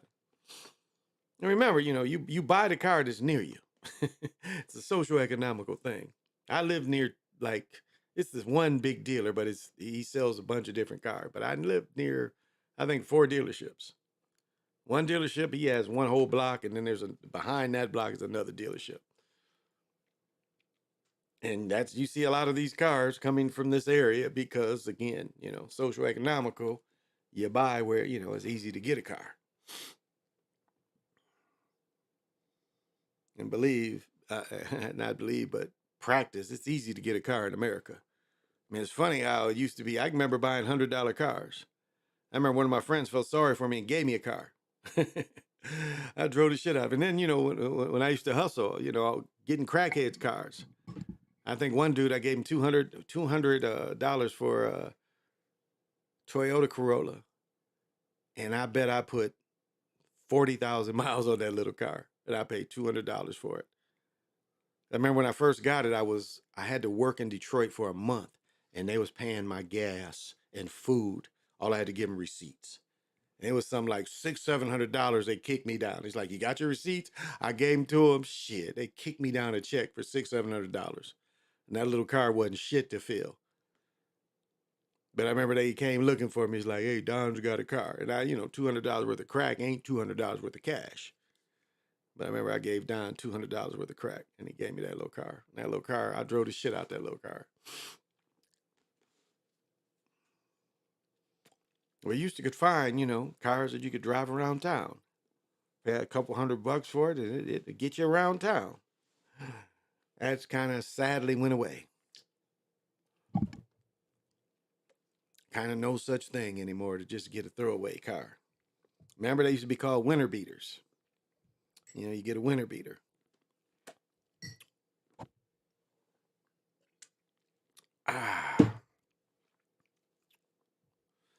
There we go. And I think all of us, would really that love cars would love to, get older cars and, put some attention to them. And I mean, anybody it's a real thing that if you wash your car, that you get that connection with the car. That's really real. I mean, everything comes from Earth. So, when you wash your car, when you take care of your house, like when I take care of these plants, they appreciate it. And it's the same way with your car. I mean, everybody knows, where you like, hey, I promise to give you gas some more, but you got to get me here. Everybody's been through that. And the car do it. I mean, everybody's been through that before, where the car, you promise, come on, you got to make it to the gas station. I've had a car run out at the gas station. I had a truck. I had an OJ Bronco, but I had the opposite. It was blue with white top and blue interior. And I remember driving that truck, and I ran out right when I got into the gas station. I coasted in front of the pump. Cars will work with you like that sometimes. That's why you give them attention, you give them names. That's energy. It's everything that's on that car comes from the same place you come from. It ain't like they going in space to get shit to put on the cars. Everything comes from Earth. If it comes from Earth, it vibrates a certain way. And that certain way, again, it's all about tuning. You tune your whole world. And tuning with a car is very easy because, again, the music, or if you listen to books, whatever you do, it's easy to tune with your car. When I hit that, when I play that, I hit the loose juice as I pull up in the deuce. It's like that, like pushing a big sedan, turning corners, just hanging out. I mean, just think, when you're in the neighborhood, and I mean the real neighborhood, where you can have the windows down and you got a big sedan and you're just cruising through the neighborhood and you bopping, and you riding and the music is good and shit and it's beautiful and you just cruising down your neighborhood. And if you got your children in the back, you're all just like, just cruising, pushing a big sedan. That's fun to me. Now it's, trucks and shit. When it's just the same thing, Well, yeah, I think I'm going on 3 hours, and that's probably enough. Tomorrow night it does look like I might come because I want to get my picks in and I want to see. Well, I won't know how I do till Monday night anyway. So and I can do my scores for tomorrow. So perhaps tomorrow, because I don't know when my son's coming in. He ain't got to be in. He's probably staying with his girl the next couple of days, and Tuesday he probably come here. So and I got to start taking shit out of here, make it a little more comfortable. Eyes here. Take this table out of here, and I'm gonna fuck him up if he wears my clothes. I've got like every closet in this house I have clothes in. I've got clothes in like 4 or 5 closets. Like this closet in here is just all my clothes in this pack. My clothes, my hats, my shoes. My daughter's room over there, closet full of clothes. Under the bed is clothes and boots and shit. And then the one we share in the bedroom, the walk-in closet, half of it's mine and it's packed. And then the hallway closet as you come in the house, 4 or 5 coats of mine is in there. So I got to take some shit out of there too. So my coats don't all get squished because it's getting cold up here. But it's cold outside, but I've got the month of May. I guess you say, what can make me feel this way? My girl, my girl. Oh, and y'all, I'm dancing. Oh, y'all got to look this up. I'm dancing. We going to do the dance to David Oliver. I Want to Write You a Love Song. You got to look that up. You probably don't know that one. And it's like, ain't none of her family ain't gonna know no David Oliver. Yeah. Like he's oh yeah, I'm getting it. Okay. Yeah, he has that falsetto. I wanna write you a love song. Doom doom doom. I wanna dedicate this whole song to you. Dun, dun, dun, dun, dun, dun, dun, dun, dun. Oh yes, David Oliver. He sings Friends and Strangers. You know what they say? The music that you like when you're 14. So if you're 14 right now and you listen to all that drill music bullshit, I feel sorry for you. Because more than likely, you're going to still like that kill music the rest of your life. Isn't that fucked up? That you're going to like kill music the rest of your life. And that's interesting about, that generation that loves the kill music. That makes the kill rappers popular. And you can kind of say that started with Tupac. He talking about killing Puffy and them. And other black folks. Yet he says he's oppressed by Europeans, but he wanted to kill Puffy and Biggie and on them. He puts them down. Sean, who won the fight? Oh, Francis lost. He lost. Francis lost. I thought Francis won, though. Like I said, I thought it was 6-4 Francis. Francis won, one round. He won round 3. He knocked him down in round 3. So, you didn't see the knockdown? I can bring it up. I'll show you. I got it on mine. I don't think I'll get hit for showing my shit. I'll show you the knockdown if you didn't see it.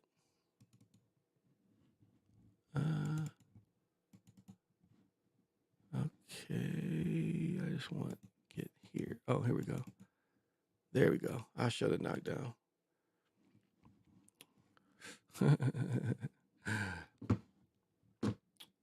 If you didn't see it, here we go. See, hit him right on top of the head. Boom. So that's the 8-10 round right there. You win 8-10. There's no way he won 96-93. He got a split decision.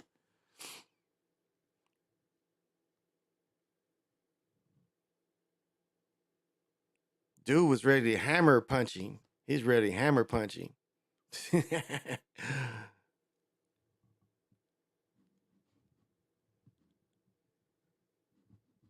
Wow, he countered him. Down goes Fury. Down goes Fury. He had them stunned eyes, but he got a chin. So, yeah, he didn't win, though. He won split decision is what they gave him. They gave him a split decision. It was 94. What? Francis got 94. The first judge gave Francis 94-93. Second judge gave Fury 94, 95, 94. And then the third judge gave Fury 96, 93. There's no round did Fury win by 2. No round at all. Again, Lorenzo, I think Lorenzo said he had it 5-5. I had it 6-4. So, in my book, he should have won. It should have been 95, 93. 95, 93. That's what it should have been in my book. So, but, ain't nobody else fighting him. Not no time. I mean, he's going to get the fights. He's going to be ranked. He did such a good showing that they're going to rank him. And there's more money in boxing now. And I'll tell you what boxing did. No, I'll take it back. MMA made boxing famous, popular again. And Mayfield was the one that benefited. Because really, most of Mayfield's career, nobody cared about boxing. Boxing was kind of dead. Mayweather, excuse me. Most of Mayweather's career, his early career, nobody cared about boxing. Boxing was dead. And without MMA, boxing would have stayed dead. And Mayweather wouldn't have had any success. But with the rise of MMA, boxing really benefited off it. Again, ESPN was taken off of boxing. I mean, nobody was watching hardly any pay-per-view. When before Tyson Fury was champion, when that Russian was champion, nobody was watching his pay-per-view. So boxing was dying. Boxing was really dying, and MMA brought boxing back. And Mayweather was the one that benefited from the MMA popularity that brought boxing back.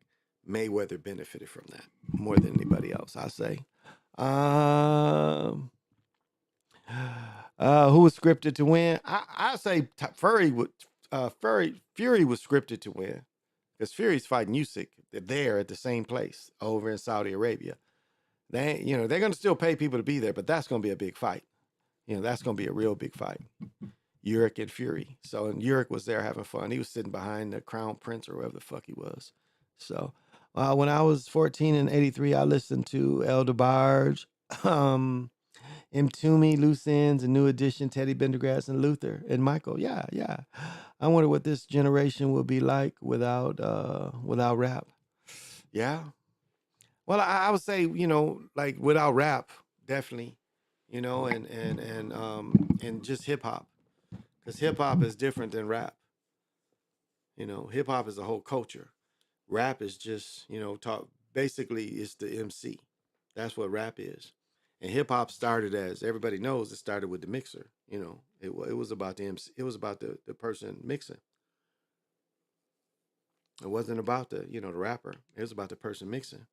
Rapping became like a secondary thing at first. And they changed it. They flipped it where nobody cares really. I mean, look at Dre. The guys who was spinning, hearing them sounds and spinning the turntables became producers.